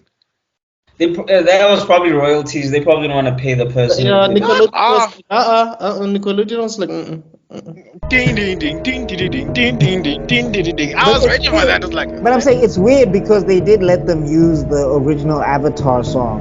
yeah. That whole do do do do like that plays. So And maybe even in the end, they have the kept the rights end. that- They kept the end credits. The other- Like I said, Yeah. it was probably just something. It has the only reason they would. It has to be a copyright issue. There's no other reason why they wouldn't use it. which is a very disturbing thing, which shows that this show and I know it might catch people off guard. This show must have been horrifically under budgeted. well, it was $15 million an episode apparently. So I don't think and that's not a lot. That's not a lot. It seems that it doesn't seem like it was enough. It's not a lot for this show. No. How much went into Lord of the Rings? Let me ask. Forget Lord of the Rings, dog. Secret Invasion. The budget for Secret She-Hulk as a movie, like a Marvel movie. Yeah, like She-Hulk's budget was $212 million, and I'm like, where did the money go? Oh my god! You know? But I'm thinking, the reason I'm comparing to Lord of the Rings is like Lord of the Rings. You had a director with a vision. We had actors. We had music junkies. Stop bad mouthing on Howard Shaw. He made the most brilliant music you could ever imagine for a Lord of the Rings series. Sure, his other works doesn't compare, but you can't watch Lord of the Rings without admiring Howard Shaw's music. So get off that hater train and start riding on his dick. Do you hear me? We'll leave that for another time. Fellowship of the Ring was 93 million. And Secret Invasion was 211.6 million. Inflation, eh? Like inflation. Okay, it must be inflation. I can't explain. But anyway, getting back to this show, I think look, if they're on a limited budget already, I guess it was kneecapped from the start then, because that's the only way I can just put. Yeah, I can make it make sense. That just makes it worse that they didn't focus so much on the writing and the directing, because how many shows barely have a budget, but because the writing is good. Let's look at that movie with the Colin guy, the Irish dude, the one where he's phone booth.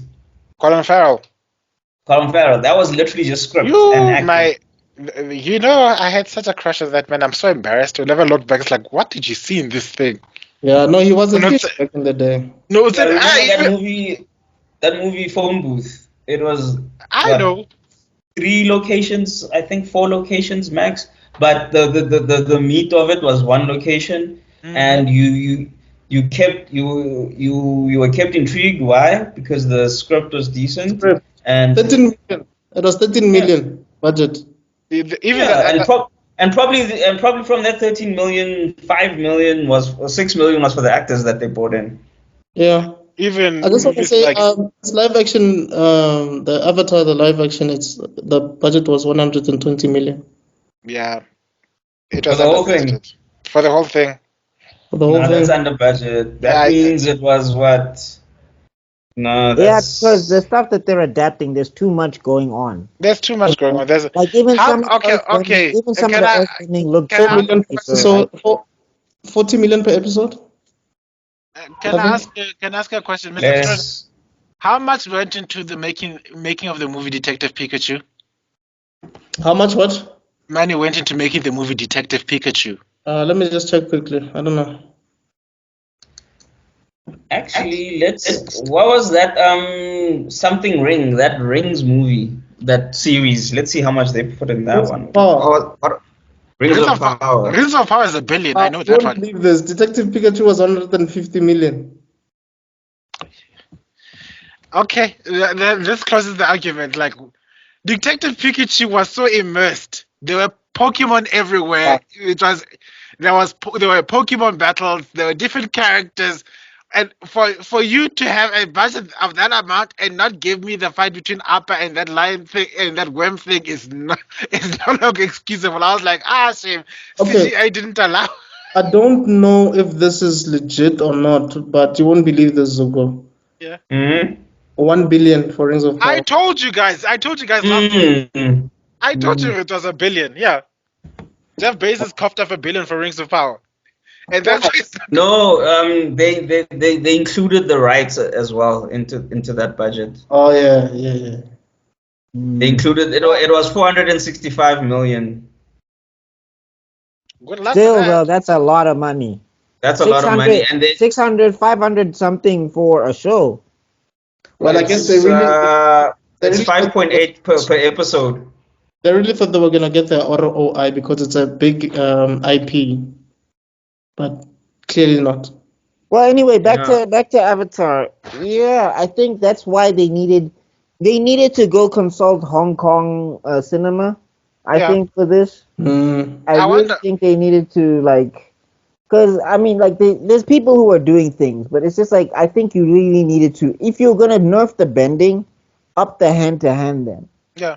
Right. Yeah, because that And- saves you budget. That saves you and budget. if You you don't have go- to animate If you go whatever according to bending the they original, do. if you go according to the original writers, each one of the bending elements is based from a different fighting style.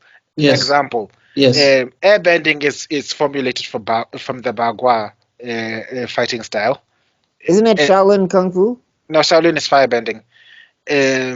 Oh, but I know the monks. I know Shaolin Hmm? for monks. Yeah, but the fighting style, Yeah. The Shaolin fighting style is quick Yeah, yeah. jabs, force, and then we've got Bagua is all about redirecting. It's all about it's all about the eight trigrams, very Right. fascinating stuff. Water bending, even though it's got different variantes, but it originates from Tai Chi, which Yeah, makes sense. Makes sense. which Makes makes sense. And I forgot what earth bending was formed Wasn't on. it where was it again? No, not Iron. No, not. I was about to say Iron Fist from Marvel. No, what was it called again? But Krav Maga. No. No, No. It's very horse dancey and Yeah. it's very I- it's like a it Let me looks just like look this the up, 'cause horse it's gonna- stance. It's the It's gonna horse drive me stance. crazy. It looks like Chinese kung fu, but so it's the stance is like based in like horse stance. it can't be Wudon. I need to look this up because it's gonna drive me crazy. I don't know what Yeah, is Hunga. Hunga. Hunga. Yeah. Because I know the only variant is Toph. Toph uses praying mantis. That's why her hands. You just see her feet are always. yeah. So, Water bending when- is Tai Chi. Earth bending is Hunga. Toph is Chauga or southern praying mantis. Look at Fire bending is northern Shaolin. Firebend. Yeah, fire bending. Yeah. No, but It's Northern Shaolin. what did they call what did they call it? I remember when I was watching. There's Once Upon a Time in China, and there's that guy that Jet Li fights, and he has like these rings on his arm or whatever. Yeah. I don't Yeah. remember it, but I remember that. Yeah, I was thinking it's like something like that. Was that Yeah. Hunga? I think so. Yeah. Because he's very rooted and Yeah. very strong stance, and there's a point where Jet Li tries to punch him, and the guy just like walks it off or whatever. That could, I'm not sure if that is Hunga, but that's the basic premise of Hunga. That's what Yeah. Hunga is. It's being Yeah. strong, being Sturdy. strong and sturdy. Because I mean, like the whole earthbending style is you attack, I respond type of thing. Yeah. So- You know, you guys make me wanna now learn more about martial arts for my comics because clearly I'm not as. Hey, I'm trying. You know what I'm trying to do? You see how much I know of these things. It's like that's how much of I it. mean, you know what I'm trying to do personally is I'm trying to research like African fighting styles because I'm like, dog, what did we do here? There is something. Didn't we do Like- stick fighting and No, but even in Goonie stick fighting, if you look at it, if you take the sticks out of their hands, there's an art to it, yeah. yeah, it does start looking like some things that we have seen because there's a lot of elbows. There's Oh some, no, that we have a compendium of fighting styles. We Yeah. do. I know It's there's just- Dembe, there's there's Senegalese wrestling, there's Angolan capoeira because capoeira Yes. actually comes from Angola. I wonder what it's called in an Angolese language. I must find that out. Mm. There's also Kure. Angolese. Angol- They speak I don't know. Portuguese. They've been taken over, bro. They speak Portuguese. Shame. Yeah, But I don't no, know what they- the indigenous they- language is. I think it's Kikongo. I'm not sure. Somebody can correct me, but I Yeah, think the I'm- language is Kikongo. I guess in the Comment south below. we use more hands than feet. No, because in Dembe there's kicking. Like Sorry, people I kick meant it. in the south, like the southern part. No, in the southern parts, what's this? Because no, in the southern parts we do there is legwork. I think people did kick. Like I'm just saying, there's no way somebody looked at their foot and said I can't use this thing. No, not that they can't. They just mean like primarily like they would. Maybe use, it's because it wasn't documented. It wasn't documented. But there was a lot of fist fighting. Yeah. There's a lot of fist And fighting. remember also that we would probably we had I'm not sure, I'm just speaking in general when I say this. There were a lot of fighting competitions to Yes. prove that you are a warrior and that you win Yeah, that's or where that's- that can Because that's so where that the that stuff comes maidens so that the maidens could be like, ooh, look at Zuko, he's Yeah. got some footwork. I can work with that. Look at BuckMeister. There was some graphic. He's quick with the he's quick with the stick. I can get with that, Yeah, because I mean, Shaka trained his soldiers on like thorns, like barefoot. So there's no way that they were not gonna use that feet to kick somebody. If I'm training on thorns barefoot, somebody has to catch a foot somewhere. So These feet ain't strong for nothing. Why And are- also imagine that's some strong feet, dog. That's Man, those these are some things strong should be feet. documented, man. They should be documented. These things. Hella, even I wonder Shaka- what even Shaka- happened. What happened to prevent us from being able to document our own history? I wonder what. Upper, upper. There's a 1652. there's a C word that they like using in Wakanda. What is that word they like using, BuckMeister? It's Color, such a colonization. Colonel Sanders. Colonel Sanders. Color. What are those? Colonization. Colonoscopy? Was it colonoscopy? Yeah. I think it sounds like colonoscopy. That sounds shitty enough. So yeah, Anyway. so the colonoscopy happened in Yeah. They went all into people's buttholes. yes, without consent. Mini tangent. I've always said, if we ever had the technology for time traveling, I would want one where I could time travel, but I couldn't interfere with anything. Like the people couldn't see me, I could see them, and I could record and everything. So I wouldn't step on a butterfly and create a monsoon 50 years later, type of thing. And two, I don't know, just bro. use it to The past is dicey for us, most. People No. But here's the thing. Look, with I'm sure I would go with good intentions, like, hey, gents, ninga tembila abantu, and then some other tangent happens, and it comes out like there's no guarantee that you me. wouldn't interfere. I think you would interfere. You'd want to intervene. Hence, I'm saying I wouldn't be able to. That's why I'm saying. But I'm saying, dog, if I travel, I wouldn't be able to. Not that I wouldn't want to, because definitely I would want to. I would. No, I I'm would just so saying, want dog, to. you're gonna traumatize yourself because now you have to see all of that. No, definitely. Fella, people think, and this is the end of the tangent because we have to get back to the show. But I'm saying, people think that all South Africa's problems just start apartheid, and I'm like, dog, this was. They were killing each other. Like Riva, hello. Yeah, and then so I would just like use it as a way 1600s. to record history. No, even before then, like because the other settlers that came in were doing stuff before Van Riebeck. Portuguese, bro. the Portuguese. Oh, Bartholomew, no Vasco. And also, I'm like, sorry, if I didn't- was to go back in time, I think the only person I might have brief with Jan van Riebeck, but the one person I'd most probably put a bullet between his eyes would be Cecil John Rhodes. In a heartbeat, without question, it's like on site. Why Not, though? oh, how's Dude, we don't get the money from our resources because of people like him. the De Beers?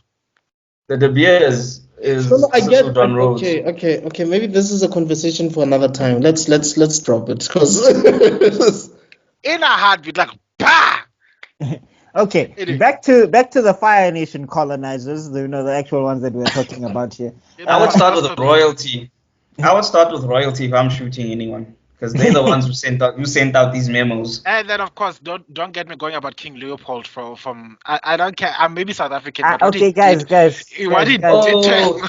he's we are not dying quick. deviating. He's yeah, not dying quick. let's have tea, guys, and go back to the. And we are back. As Iro would Welcome say, back as from the Iro others. would say, as Uncle Iro would say, do not diverge your boat from the path. Just enjoy the path and flow with it. So let's flow with Avatar. Cue Okay, the Uncle Iro theme song. there we go. I am back. We are Yes, back. My, yes. my chi has settled. Yes, Zuko, you must think about these things, Zuko. No, okay. No, Coming back uncle, to- they must all burn. That's how I felt. You know what? When I finally when my rage broke and I finally just gave up on this entire thing is when I saw like I told you, when I saw Zula's fire was not what it was supposed to be, and I just You gave can up. say it wasn't blue. They Yeah. know there's No, I spoilers here. thought you were gonna check out at Boomy because what they've done. I held on. I was Uh. so pissed off. I told you. I think even in the talk I mentioned that I immediately had to go watch The cartoon.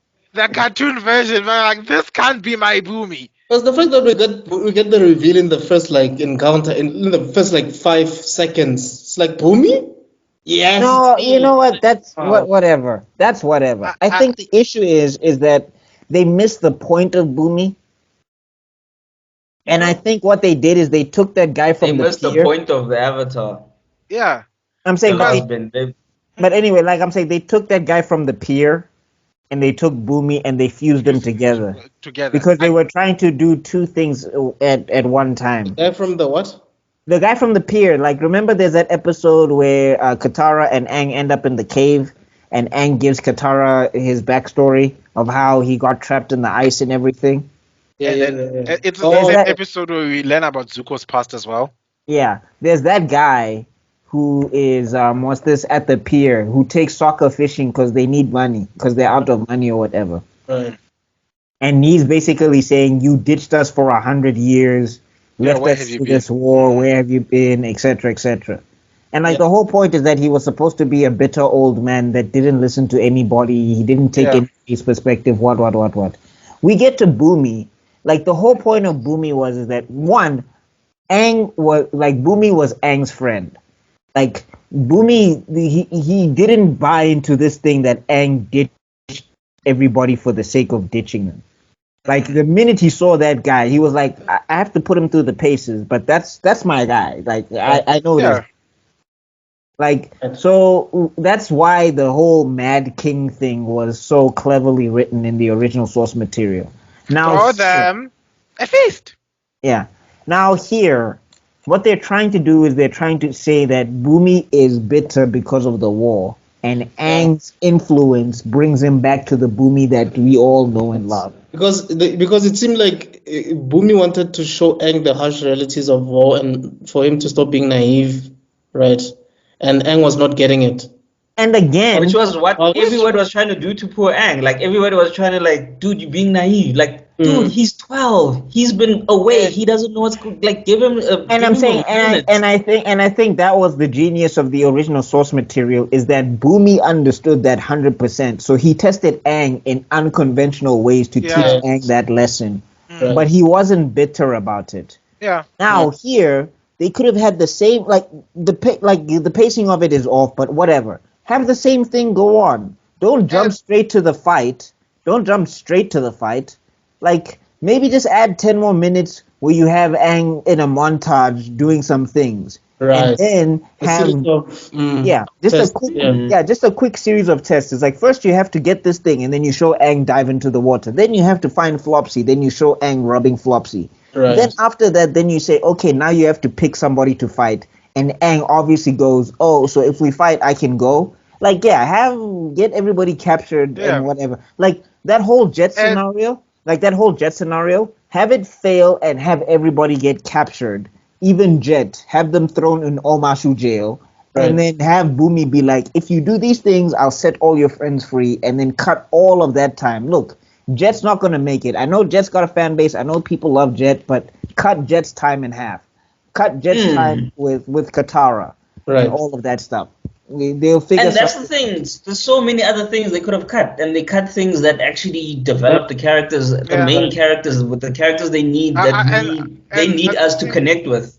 One of the things that I also wanted to would have appreciated a little bit of more work if they done it in this thing that would have given it at least a higher score was have a bit more of an emotional payoff between Aang and Boomy, because facts about it, Boomy is the only person that Aang will be able to recognize in 100 years. Everyone else he knows and cares about is long gone. He's just And Bucky, basically. Yeah. He's just Bucky, like Cap. You know how Cap and Bucky get along and whatever. Yeah. He's kind of like Yeah. that to Aang. Yeah. Yeah.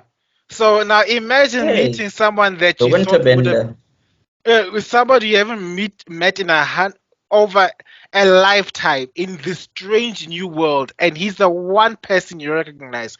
I would have appreciated a little more of an emotional payoff. Well, that's what I'm talking about when I'm Which- saying the challenges and the tests and things. Yeah.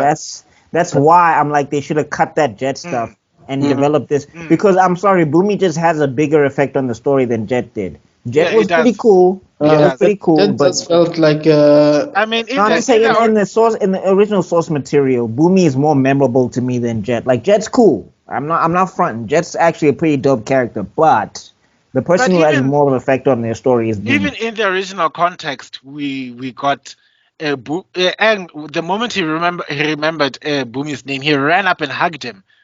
There was no, oh, my best friend, oh, how are you doing? It was like, oh shit, Boomy, you're a mad genius. And like half a heartbeat like that, he ran up and held him because it showed Aang has been holding on to the fact that this world isn't really isn't really his. It's not world. his. And everything that he held near and dear is gone. hey, Now that's traumatic, bro. now there's this man who was there, and not only was there, he knew you. You were friends. So But you know what? I think if I need to mention one good thing though about this, which is something they really tried to show more than once, or drive through or drive in, is the importance of Katara and Sokka in Aang's life. Like for me, they really drove that home quite a few times. Even when the invasion was happening, and who's that water Parker.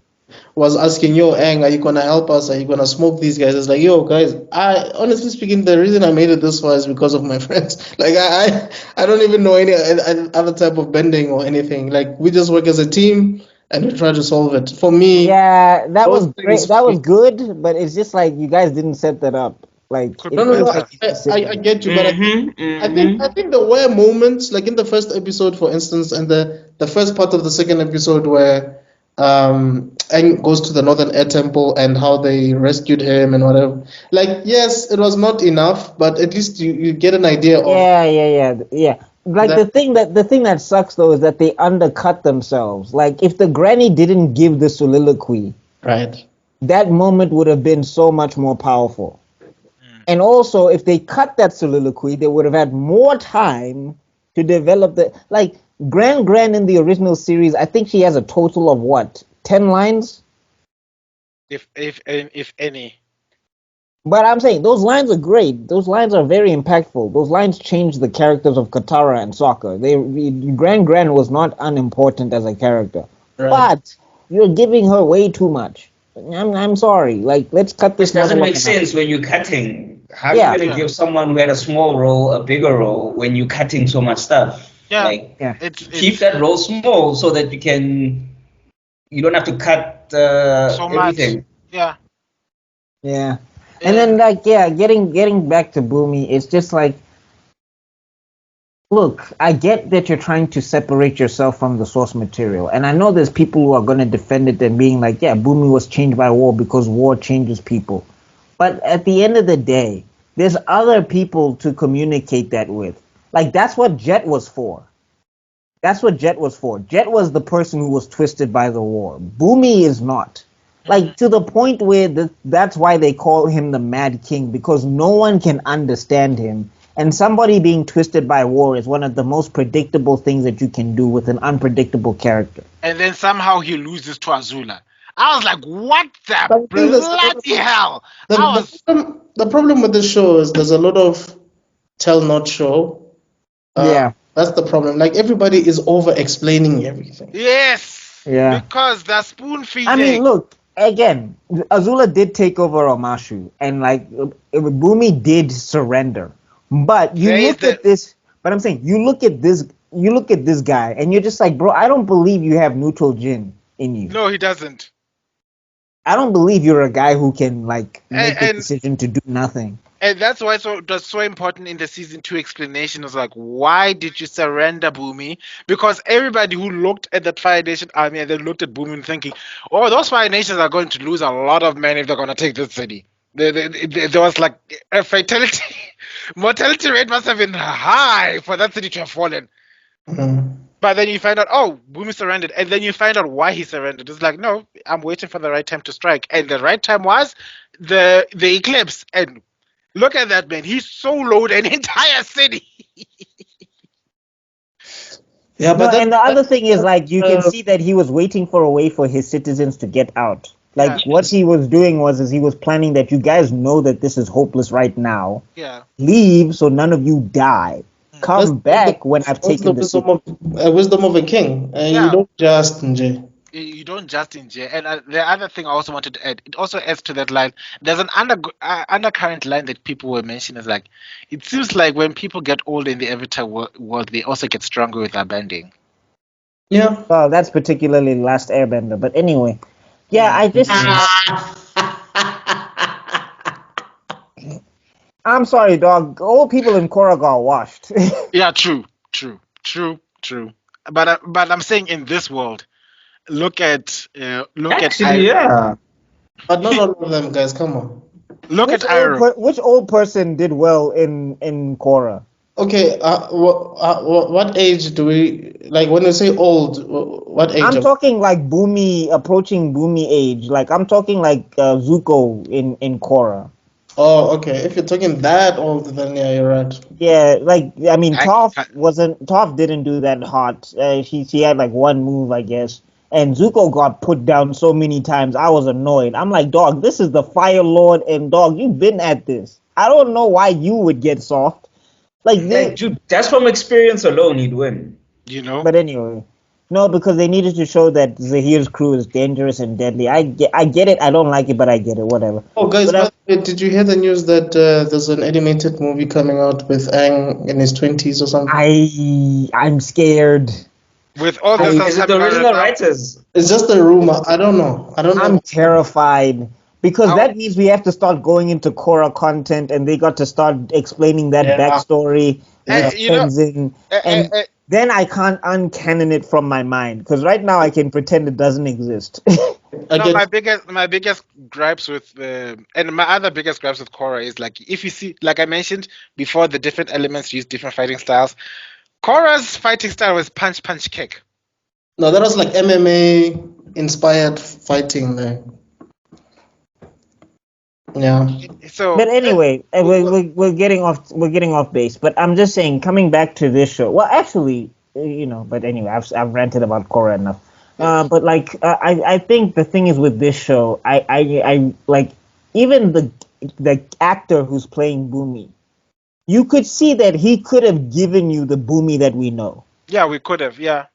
He actually could have given it had the writers Like, I just think the writers didn't come to play here, and that's what's hurting this series the most. It's not just the writers; it's the executives at The director. Netflix, it's the directors.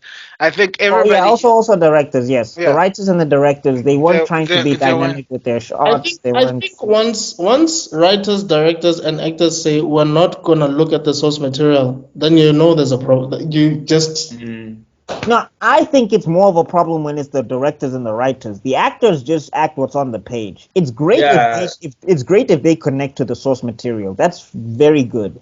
But for example, like Christian Bale, he wasn't a Batman fan at all. He wasn't reading Batman when he was growing up, but the script understood who Batman was, and he did a great performance, and then but we got a good Batman. remember, Christian Bale is a method actor, so I'm sure he must have done some research on that. But No, what I'm I'm saying I trying to think say he is, did some research, sure, but I'm saying he didn't connect to Batman as a character. He's not like us where we grow up and we're like, oh, Batman, yo, no, I he get was an you. actor doing a job. That's not necessarily what I meant. I'm not saying that they should connect. I'm just saying that read the source material, understand a bit of what you're getting yourself into regarding the character. Because to Do me, your bloody homework. it But seems that I what I'm didn't saying, even yeah, watch. but what I'm saying though, Mr. Extrodin, is I feel like that job falls more to the writers and the directors than it does to the actors. No, no, It's great if I'm not disagreeing with that. I'm just saying yeah. actors also have to at least try to. Yeah, Yeah, I can yeah, see but what you're saying, but I but still you can do that, right? And you can give, and your argument does make sense with someone like Christopher Nolan. But look at when I bring it back to Lord of the Rings over and over again. I mean, Ian McKellen never read Lord of the Rings before the movie started, and he was there on set, walking around with the books and saying, "Hey, Gandalf says these things like here." He was pissed off at this scene. He was doing this. He was busy sitting there with Peter Jackson, like, yeah, but like that's a issue for me personally because I'm just like now you're making the actors do two jobs instead of one. Now And he's you, directing. No, No, but technically he's that directing. Technically now no. he's But remember, the actor's taking the initiative. You're not making him. The actor's well, taking I'm the not. initiative. I'm saying though, if you're writing that poorly, that an actor has to step in and just be like, chief, step it up. It's like, why yeah, aren't you, as a writer, looking at the source? I'm not saying with regards to the Lord of the Rings that he was conflicting with the original writers. No. He I'm was not just saying a, he's conflict, but I'm yeah, saying like the He was thing is, just adding. He was yeah, adding. he and was I'm just saying like to me when he's adding right, if it's changing the fun, like if a scene didn't work because Ian McKellen didn't do that, it means that the people who are adapting the source material are not looking at the source material the way they're supposed to. Yeah, If we come to like something like Avatar: The Last Airbender, right? right. The Iroh guy, the person who's playing Iroh, you can see he's a competent actor. Like it's not his acting ability that's in question here. No, yeah, no, But no. you can see that the people who are writing this didn't watch Iroh. They Yeah, didn't. like And I he's think he's the basically guy from Kim's Kim's Convenience and Star Convenience. Wars. So Yeah. he's got comedic timing. So he for me, the impression that I got when I was watching him, he basically took notes from the director, the staff. Like they told him, okay, this is the guy. He's this is this is this. He was a former whatever. It's like okay, I'll bring it according to your explanation. This is how I'll interpret. That's what I'm saying. Is that as an actor, I don't think he lacked the ability. I think the writers again they missed yeah. the point, and I think that's just the thing that's hurting this Uh, thing throughout. We can talk about effects, we can talk about the lack of APA, we can talk about all of these things, but if they Another had example nailed, I can if they, give you. oh sorry, go ahead. Another example I'll give you is like the guy who played Snape. I think Alan something. Rickman. Rickman. Oh, Alan Rickman, yeah. Yeah, J.K. Rowling told him before everybody else in the entire world exactly what's going to happen with Snape, and it translated into his performance. There are even times where Yeah. he tells the directors, "I know what's going to happen. You don't listen to me. This Yeah, is how I'm supposed to do he it." told Chris Columbus that. Yeah, that's true. And I think So, and him having hindsight like that, you're right, actually made him. That performance was, you because could say, because I'm if just saying personally, for me, I feel like as an actor, you already have a tough job already. Like it's going to be already tough to translate all of this to screen and to bring said performance and to get in the mindset and everything. And I'm not saying that a writer's job is easy or a director's job is easy. I'm saying that in a writer's job and in a director's job, it is your job to know the material that you're adapting so that you can capture the essence of these characters. Correct. If an actor has to step in, now it's like you are not paying attention to the source material. So Because for the guy playing yeah. Iroh, The Witcher. I don't think Yeah, I was about to say that. I don't Like think anybody disagrees with you with that. The Witcher is a prime example of what happens when the actor cares more about the source material than the writing and the gritty stuff. We have like ideally what you want is you want everybody to care. You want the Yeah. actor to have touched the source material, you Yeah. want the writer to have touched the source material, you want the director to have touched the source material. And That's the At winning worst, just to combination. know it and understand it. and that's where we get something. That's where something like Lord of the Rings happens when all people involved, even if they're not avid readers, but they have such a respect for the original content that they're willing to go the extra mile. I'm not ask. I don't think going the extra mile for me sounds a little bit too capitalist system exploitation level. But I'm saying that if you love something and you're passionate about something, it reflects in the amount of work you're putting into it. That's perhaps what I need to try and communicate. Just a with bit of trivia quickly. I know this is the last tangent. We'll go back to that. The last tangent. I don't know if you guys know, but there's a story about the director of Prisoner of Azkaban, Harry Potter.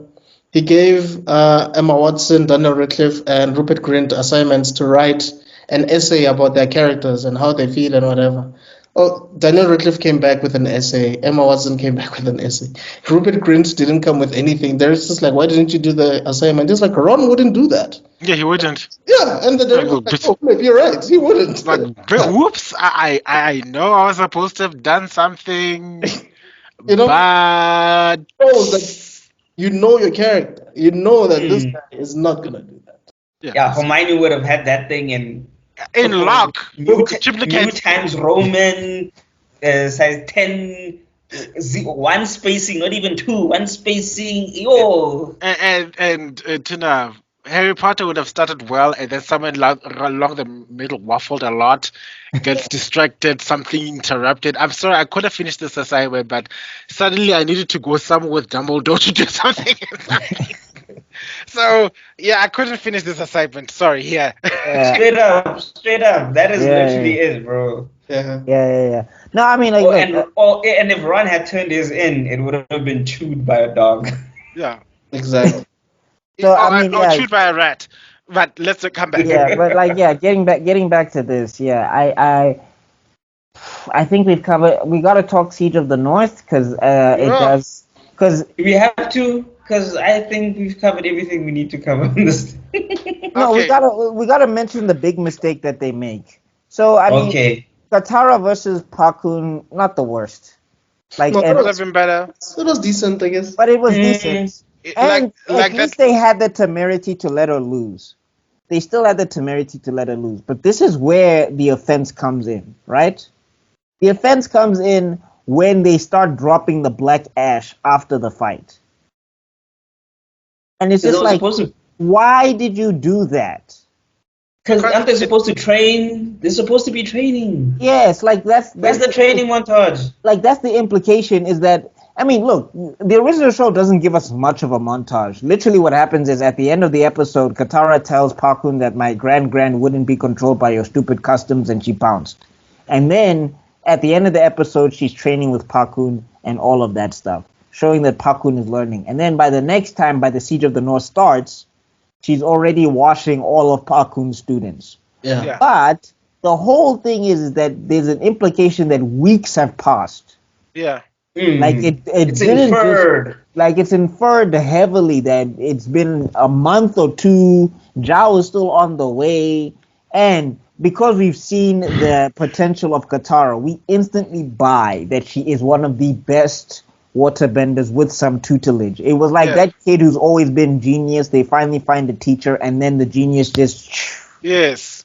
But now, if you guys just start dropping Black Ash immediately, it's like, when did she have time to learn anything?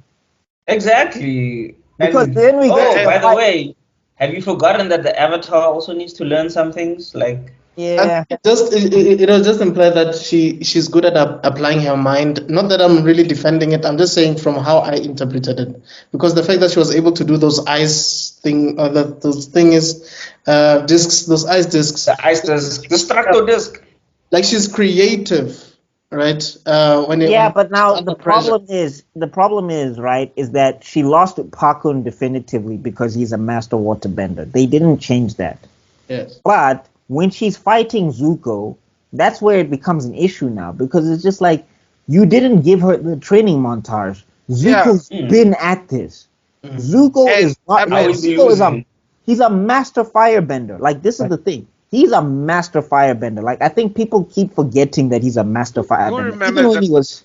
Yeah, sorry. Go ahead. Who remembers that epic line when Kitara traps Zuko in that ball of ice, and then you just hear Zuko's like, "You little peasant, you've met a waterbender master, haven't you?" I mean, that's you No, see, the thing is, he says it. He says He it says here, it. but it but falls does flat. it connect? It That's doesn't- what I'm saying. No, There's no the reason emotion it fall, that it no, doesn't it's not the have it's not the right emotion. actor, and it's not even the line. It's the setup for Katara that makes Yes. it fall flat. Because we at know the she end didn't of it, train. She fought and she lost, and now she's good at waterbending. She leveled up like a Saiyan. That's the same Zenkai way boost. I sort of felt about Doctor Strange, the first one, but yeah, I digress. And I'm just like, yeah, and the thing is, right, and then they even girl bossed it up, which, I don't know why you guys did that, because if you stuck to the original source material in this particular section, which you had plenty of time to do, now she's like, yeah, you're looking at her. And I'm like, no.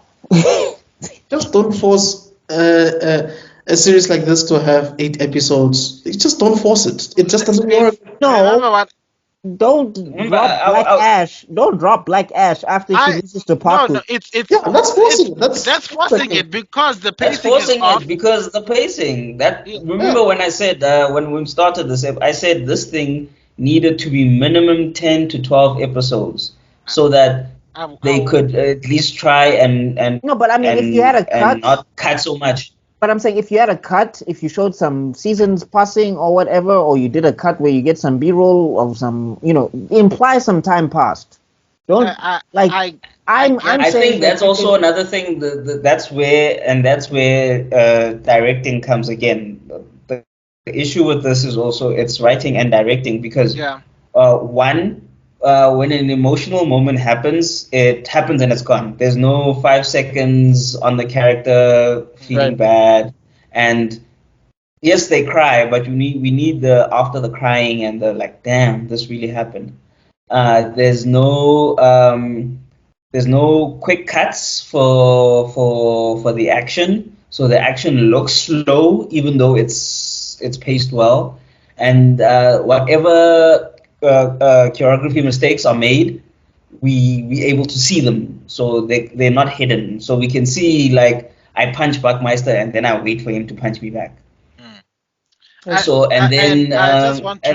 Final thing is then because they cut so much, the pacing is like this scene will be paced correctly and then the next scene will be paced too slow because because now you're trying to fill time for this episode because you said, okay, in this episode we'll only do Kyoshi Island stuff, but you've paced it so slow that you could have actually done the Kyoshi Island stuff in 30 minutes instead of the 45 that you dedicated to the episode type of thing. So now you fill in extra stuff to make it 45 minutes. So yeah, because they added a character. They added like the steward lady who has to tell them that they must get off the island, and it's like that wasn't there before. Yeah.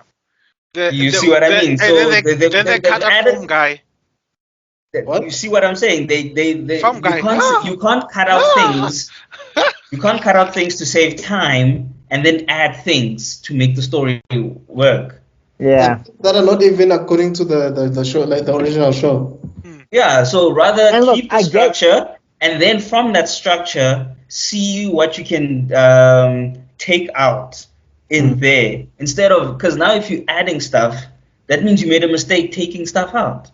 Because then why do you need to add stuff? Because you've got to. The thing is, they have too much. You have too much, so you need to be cutting. They need to cut. We understand that. We knew going into this that there's a lot of stuff that's not going to be there. So we weren't shocked that they were cut. We were just shocked at how much they were cut and what they cut, because they cut important stuff and then they added unnecessary things. I wanted to add Okay, well, I just wanted to give my hot take, which is like gonna be the complete opposite what you guys have been saying this entire time. Is that for me, if you wanted to make this a proper adaptation, like you mentioned, and with the amount of material you have, you should have gone the opposite direction. Should have been at least 22 episodes Yes, I agree 100%. because there's a lot of world building. 100%. We need Yeah, but like now Remember, Tebello, remember the original episodes Yeah. were 30 minutes. the These ones budget. were an hour. No, So no. if these were an Even hour, then, But you even can see then, season 2 elements So- in this season, so make it 22. no. no, no. Let me explain. Let me finish. Look, Let me explain. if the first season is 22 episodes Yes. and it's 30 minutes each, if you make this one 12 episodes, then you can still cover that all that needs, and you can still also cut just here and there for budget sakes. I wanted to add 22 episodes, 1 hour each. You wanted to create a world. You wanted to create a mythology. We wanted to us to because they want. If they're going to go, this I has the agree. potential of replacing Star Wars. I agree completely. For that to happen, you need to put Star Wars money and you need to put Star Wars level immersion. We want to be a part of this world. Otherwise, you just we have this thing. we have this project. different. We have the overarching story. Then you can spend another 30 minutes putting us, the viewer, into this world. Let's see the devastation from the waterbenders' perspective. Let's see them. Let's see Aang being a naive child, sliding on the little penguin. yeah, but then we're going full circle because it's just like then why make the adaptation at all? The adaptation, like I mentioned, the adaptation is meant for the original fans. If we enjoyed it, we would have pulled in the audiences that you wanted us to come into. 100%. The idea of trying to make an adaptation to cater to a new audience simply does not work. We have too much evidence proving the exact opposite. No matter how much you try to argue the fact that you need to have, we need to attract a new audience with this new adaptation, it doesn't work. It hasn't worked. It's not going to work. People want to watch something new, will come and watch something new. The thing that brings in the money is having something that brings in the crowd enough to hold as the other people. I can't keep referencing Lord of the Rings all this time, but Lord of the Rings did that, and all the hardcore Lord of the Rings readers are like, "This shit is so good," and then these new people came and like, "Okay, why are people going crazy about this thing?" And then suddenly we watch this like, "My life will never be the same again," and that's what it takes. The formula is there. Stick to it. Stop trying to Like I'm innovate. saying, don't have as a good thing, like a great thing. Go all out, bro. Yeah, Go all out. yeah. So that's my argument. And okay, No, I mean, look, I'm not disagreeing. I just don't think that they would like. I think there's too many things that happen in Avatar, and I don't think they were going to have the budget to do that stuff. I think the thing is, if they committed to what they had said, because already they tanked this thing from PR. Yeah, They kept talking and they talked themselves into a hole. For years.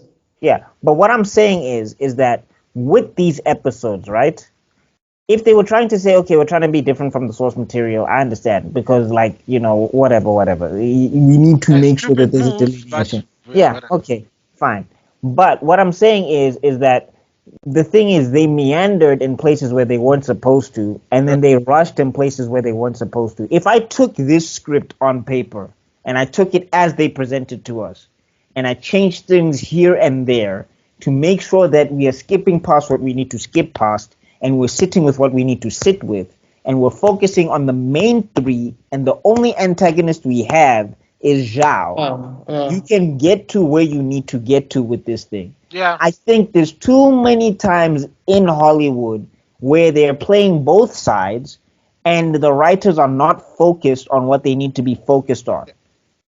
So if we get 22 episodes, great, do all of it. Perfect. Do Jet in the forest. Yes. Do the Blue Spirit, the whole thing. I mean, they did do Blue Spirit, but you get what I'm saying. Yeah. Do those super archers that the Fire Nation had that managed to capture the Avatar. Do the frog. The spirit episode properly. Like Judy, do the thing.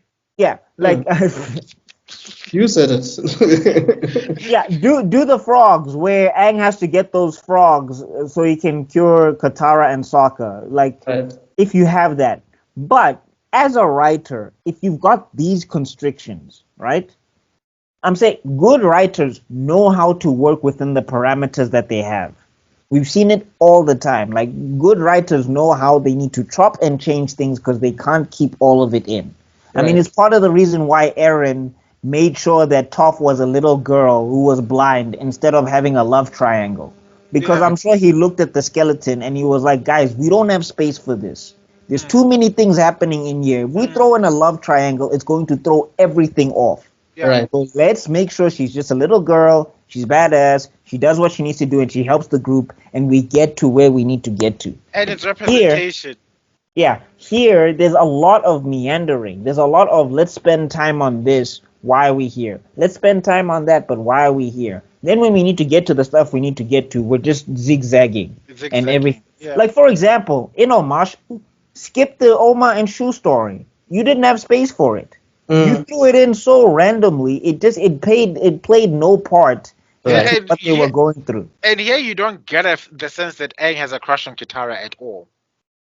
Well, No, you don't get the No, sense of you don't get the sense of their relationship developing. Like Yeah. you can see he's into her, but they don't develop it, so there's no I do see point. that he likes her. I don't know about into her. You can see he depends on her. I don't Yeah. know about into. So there are moments where he's like staring at her and he's smiling like a love love puppy or whatever. And But like they do that thing where she's reassuring him and all of that stuff. It's Yeah. just that they don't Yeah. develop it.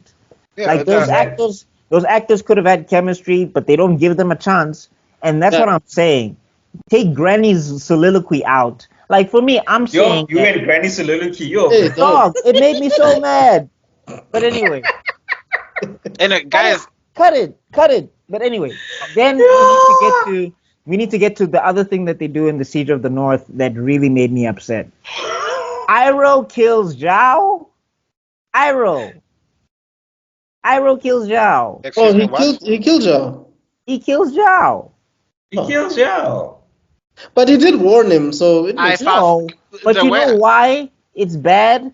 Because the spirit was supposed to kill Zhao. Yes. I get that. And Yeah. that's what pissed me the F off. I was waiting for okay, there's the moon. Okay, go get it. And he didn't do Forget the fire dragon thing. He didn't do the dragon thing. He's like, that's why they call him the Dragon of the West. That's season 2. Yeah, that's season. Is that 2. season 2? Yeah, he Didn't he doesn't- do it there? No. No, What he does is he solos Zhao's entire guard and makes But- Yeah, Zhao he run did like that, a- but didn't he do the? But didn't No, he do no, it no, with he the didn't. dragon breath? No, he didn't do it with the dragon breath. He just But does the martial arts stuff. What I like about the Oh. original scene, you can see the man's anger. You know, now that's another thing you get to notice about Arrow that they took away here is Arrow is extremely powerful, and he seldom you barely see him using any sort of firebending up until that episode. The only time you see him firebending would be in the first interaction with Egg, where like Yes. Zuko says shoot him down, and then they do that synchronized fireball thing, and after that, nothing. When Oh, he then gets, when he gets kidnapped. when he redirects lightning, that's another scene, and then when he gets kidnapped. But then with the moment where you see him in combat and you just see he goes into that stance, it's like whatever you do to that spirit, I will unleash 100 times. Let him go. And you just see, okay, the guys are like, huh. No, even Well, Zhao hesitated. Right. Zhao even put the fish back in the water and then was like, I ain't What am I even- doing? Yeah, that's the other thing that pissed me off. He didn't burn it in half. He just stab and then leave the knife in the fish. I was like, No, I'm just saying, but the thing is, like, the reason why it was so egregious to me is because I'm like, the spirit would be looking for Zhao. The reason Yeah. it's so mad is because you, Baba. It's so it knows who did the crime. Right. and Bonner, they tried to make the big fish man thing. It looked like Godzilla. It felt so flat. I felt like, how can they try and get it so wrong at the same time? It's like And he must. guys, you know what's so weird about our take and all of that? Yes. You know, there is probably like a lot of people who disagree with us. To them, this was Yeah. an epic Now, there's a lot of new people coming in that are just going to be like, we're wilding. And I'm just like, guys, That, please watch the original watch series. the original Please. content. Please. Watch. So like after the first episode, what I did, I switched off my mind to the original, and that's how I managed to get through this. You see, Because I did not I did not compare to the original as obviously you will because you're human, but I tried as much as possible to not compare to the original, and that's how I managed to get through it. However, I think also, and in watching it like that, it annoyed me more because I actually saw like this could have been it. It didn't need a lot. It didn't like yes, the CGI and stuff like that can be better, whatever. But we can live with bad CGI.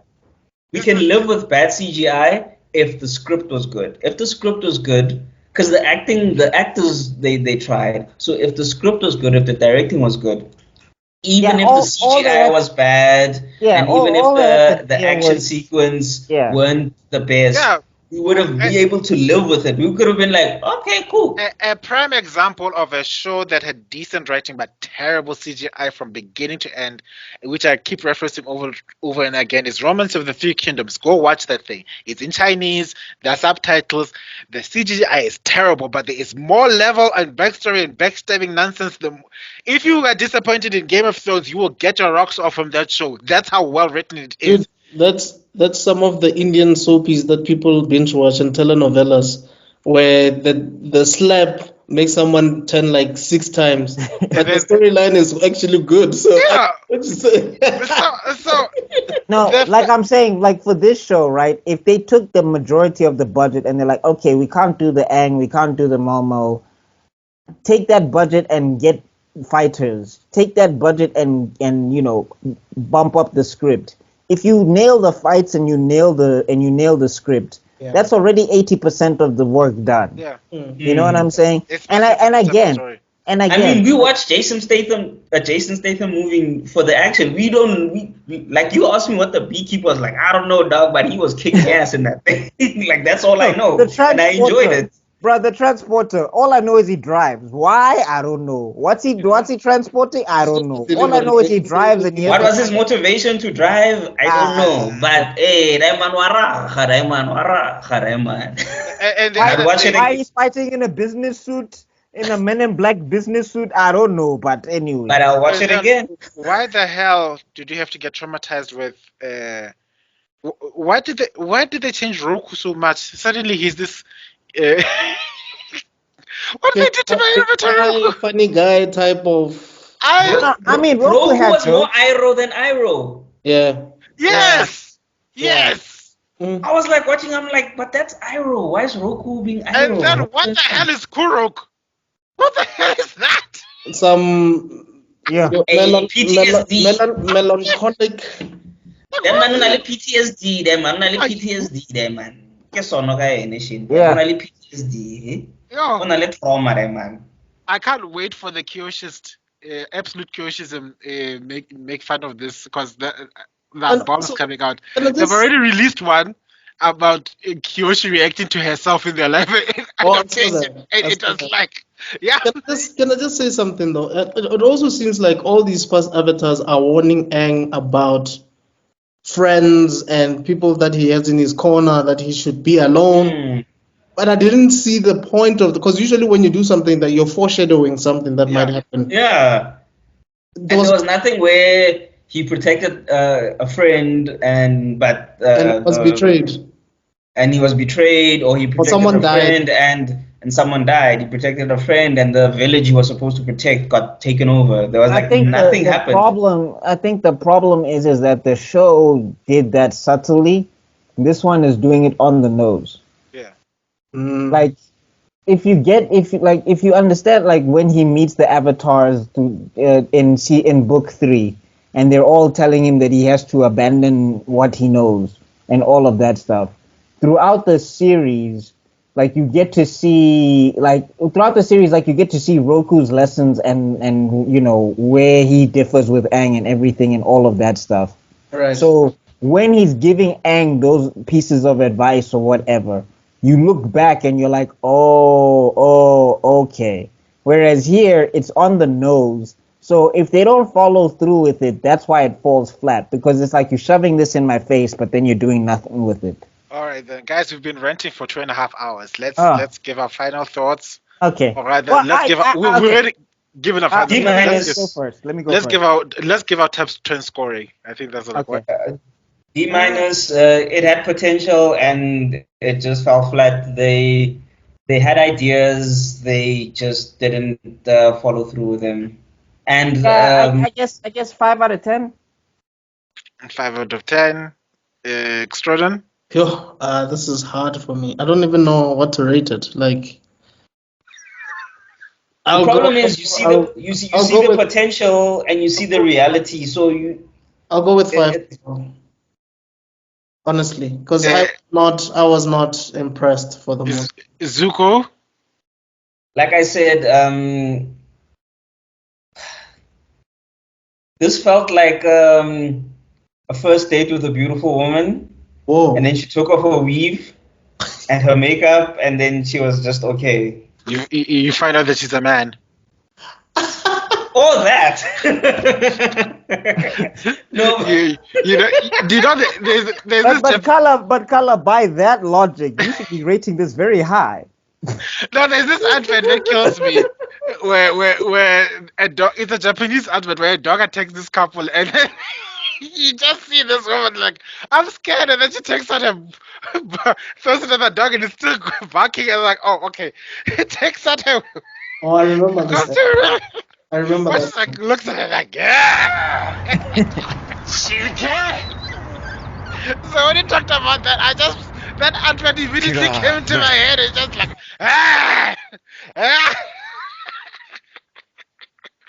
You're crazy, bro. Lord.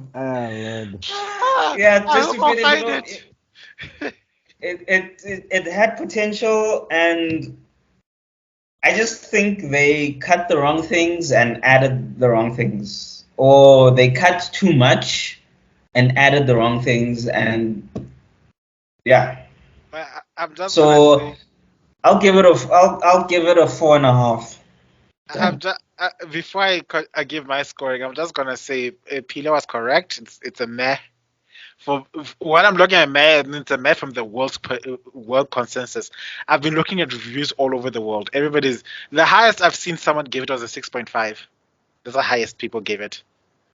So the fact that it turned out to be is spot on to our resident prophet who does not want to admit he's a prophet. My personal score, surprising absolutely no one, given the way I've been reacting this entire week, is a 2. Well, That's that's more than I thought you were gonna give it. I thought you were gonna come -10. Yo, bruh, that's like 2 more than I thought you were gonna give it. I appreciate that you understood my passions, but I also that 2 is acknowledgement that you guys gave me sound arguments to give it some. Yeah, look, the kid who plays Aang is phenomenal. The That's- kid who I think all the actors are good. I just think the script missed it. The whole cast for me would have been awesome, and for me, but one actor who I will never forgive up until the day I leave this planet Earth is the guy who acted as Fire Lord Ozai. I will not forgive you. Yes, you are hot and everything, but then only to find out recently that you are in the original story. But that's You not were his in the fault. original story, and But then that's not his fault. But that's not his fault, though. Wait, what was he doing in the original? He voiced the guy who forced Aang to become the general. to be. Check the thing I sent. Check in the group. I sent it in the group. He's the general? Yeah. Yeah, check it in the WhatsApp When group. I saw that, I swear to God, Kiyoshi almost took over my body again. It's like, you should have pulled a Henry Cavill. I don't care. It's really, I don't blame him, dog. I honestly. I know you. For me, it tells me that you made bank, and that's all you cared about. No, it tells me he thought he was getting into something, and then he got into something else. Anyway, it was too late to back out. When even Mark Hamill was warning us, people like, it's not going to end the way you think, guys. It's too late. Once you sign that contract, my guy, it's too late to back out. No. Anyway, Well, so I that's think my. that's everything. So I think let's take us out of here, Mr. Khala. Okay, yeah, I hope you guys survived. In a positive note, we're going to be reviewing what's this called again? Iwaju. We are reviewing Iwaju come next week. That one I will go episode by episode. You trust me, me. I'm going to tear that thing apart because I want some good news for a change. And we are seeing finally someone the works of our dear friend Bill. We still need to go and negotiate with him. I don't know how. Like I'm going to get crashing.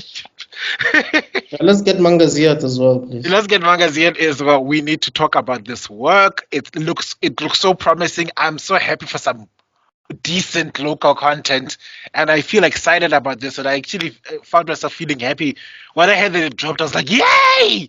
Which is something that caught me off guard. I didn't think I'd be actually that looking forward to watching something like this. So we will be reviewing that next week. If you want to hear what we think about it, we are going to give our honest thoughts because we are like that.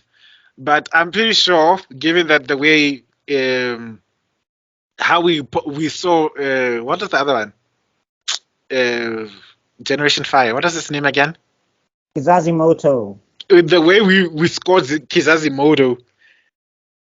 I'm pretty sure we are going to love what's gonna come out because it's more or less the same in the same world, or rather the same people. Same should I vibe, say. same vibe, Same same vibe, yeah, same vibe. And I'll tell you now, personally, I think it was really good. Like I watched all 6 episodes. I wish it was a movie though, but like yeah. What they gave us, great. But anyway, talk we'll about get it. into it next week. So thank you for But lasting up when do until we get the this. time to watch all these things, dog? Yo, bruh. The time is killing me, Why man. the BuckMeister Kage is dedicated. Bushin, bro. Kage Bushin, BuckMeister. I think BuckMeister is just lost. Now, BuckMeister's got like It's he's not got the cheating. multi-kage bunshin, bro. Like this dude is everywhere. Yeah. He's drawing, he's reviewing, he's watching, he's Yeah. yo, The manona, you must tell us the secret. I ain't gay, bro. Well, I think. Oh, there you are. Welcome back. Load shedding has struck. Yep. Oh no, let's close things out. Thank you for lasting at this point. We hope that you like, share, comment, and subscribe. Please go follow these people where they're in the various locations. We are growing. People are liking our channels. Our last video had so many commenters. Someone was commenting live out. I was like, hey, I can't keep up. I need to check that. So Yeah, I think it's Resident Prophet. Yeah. So it looked like our Resident Prophet. No, but yeah, I that's- think That's a different name altogether, but you just check something. Space Meta Fighter X. If you know, you know. I can't wait for us to do the Meta Boss review, bro. I can't. just for you guys to know, you might be playing a Geek Heresy episode in April with the Afro Geek guys. Nice. So so we're organizing that for everybody who's watching. Just look out for that, and that's all I wanted to say. Now you can get out of here. Yes, let's get to 1,000 subscribers for all our channels. If we get to 1,000 subscribers, I will say something nice about Richie. No, say something nice about Avatar at Netflix. I'll say That's something gonna nice. keep it harder. I will say something nice about Avatar Netflix if we can get to 1,000 subscribers. You hear me? You hear me? All your Netflix stands. Anyway, we hope to. What else do you usually say? Oh yeah, I want to become more viral than herpes, and the only way herpes spreads is through mouth to mouth. So please go talk about it. You should let it burn. Why are there fireworks around you, Extrodin? Good. Damn I it. don't know. You guys, see you guys later. We love you guys. Peace out.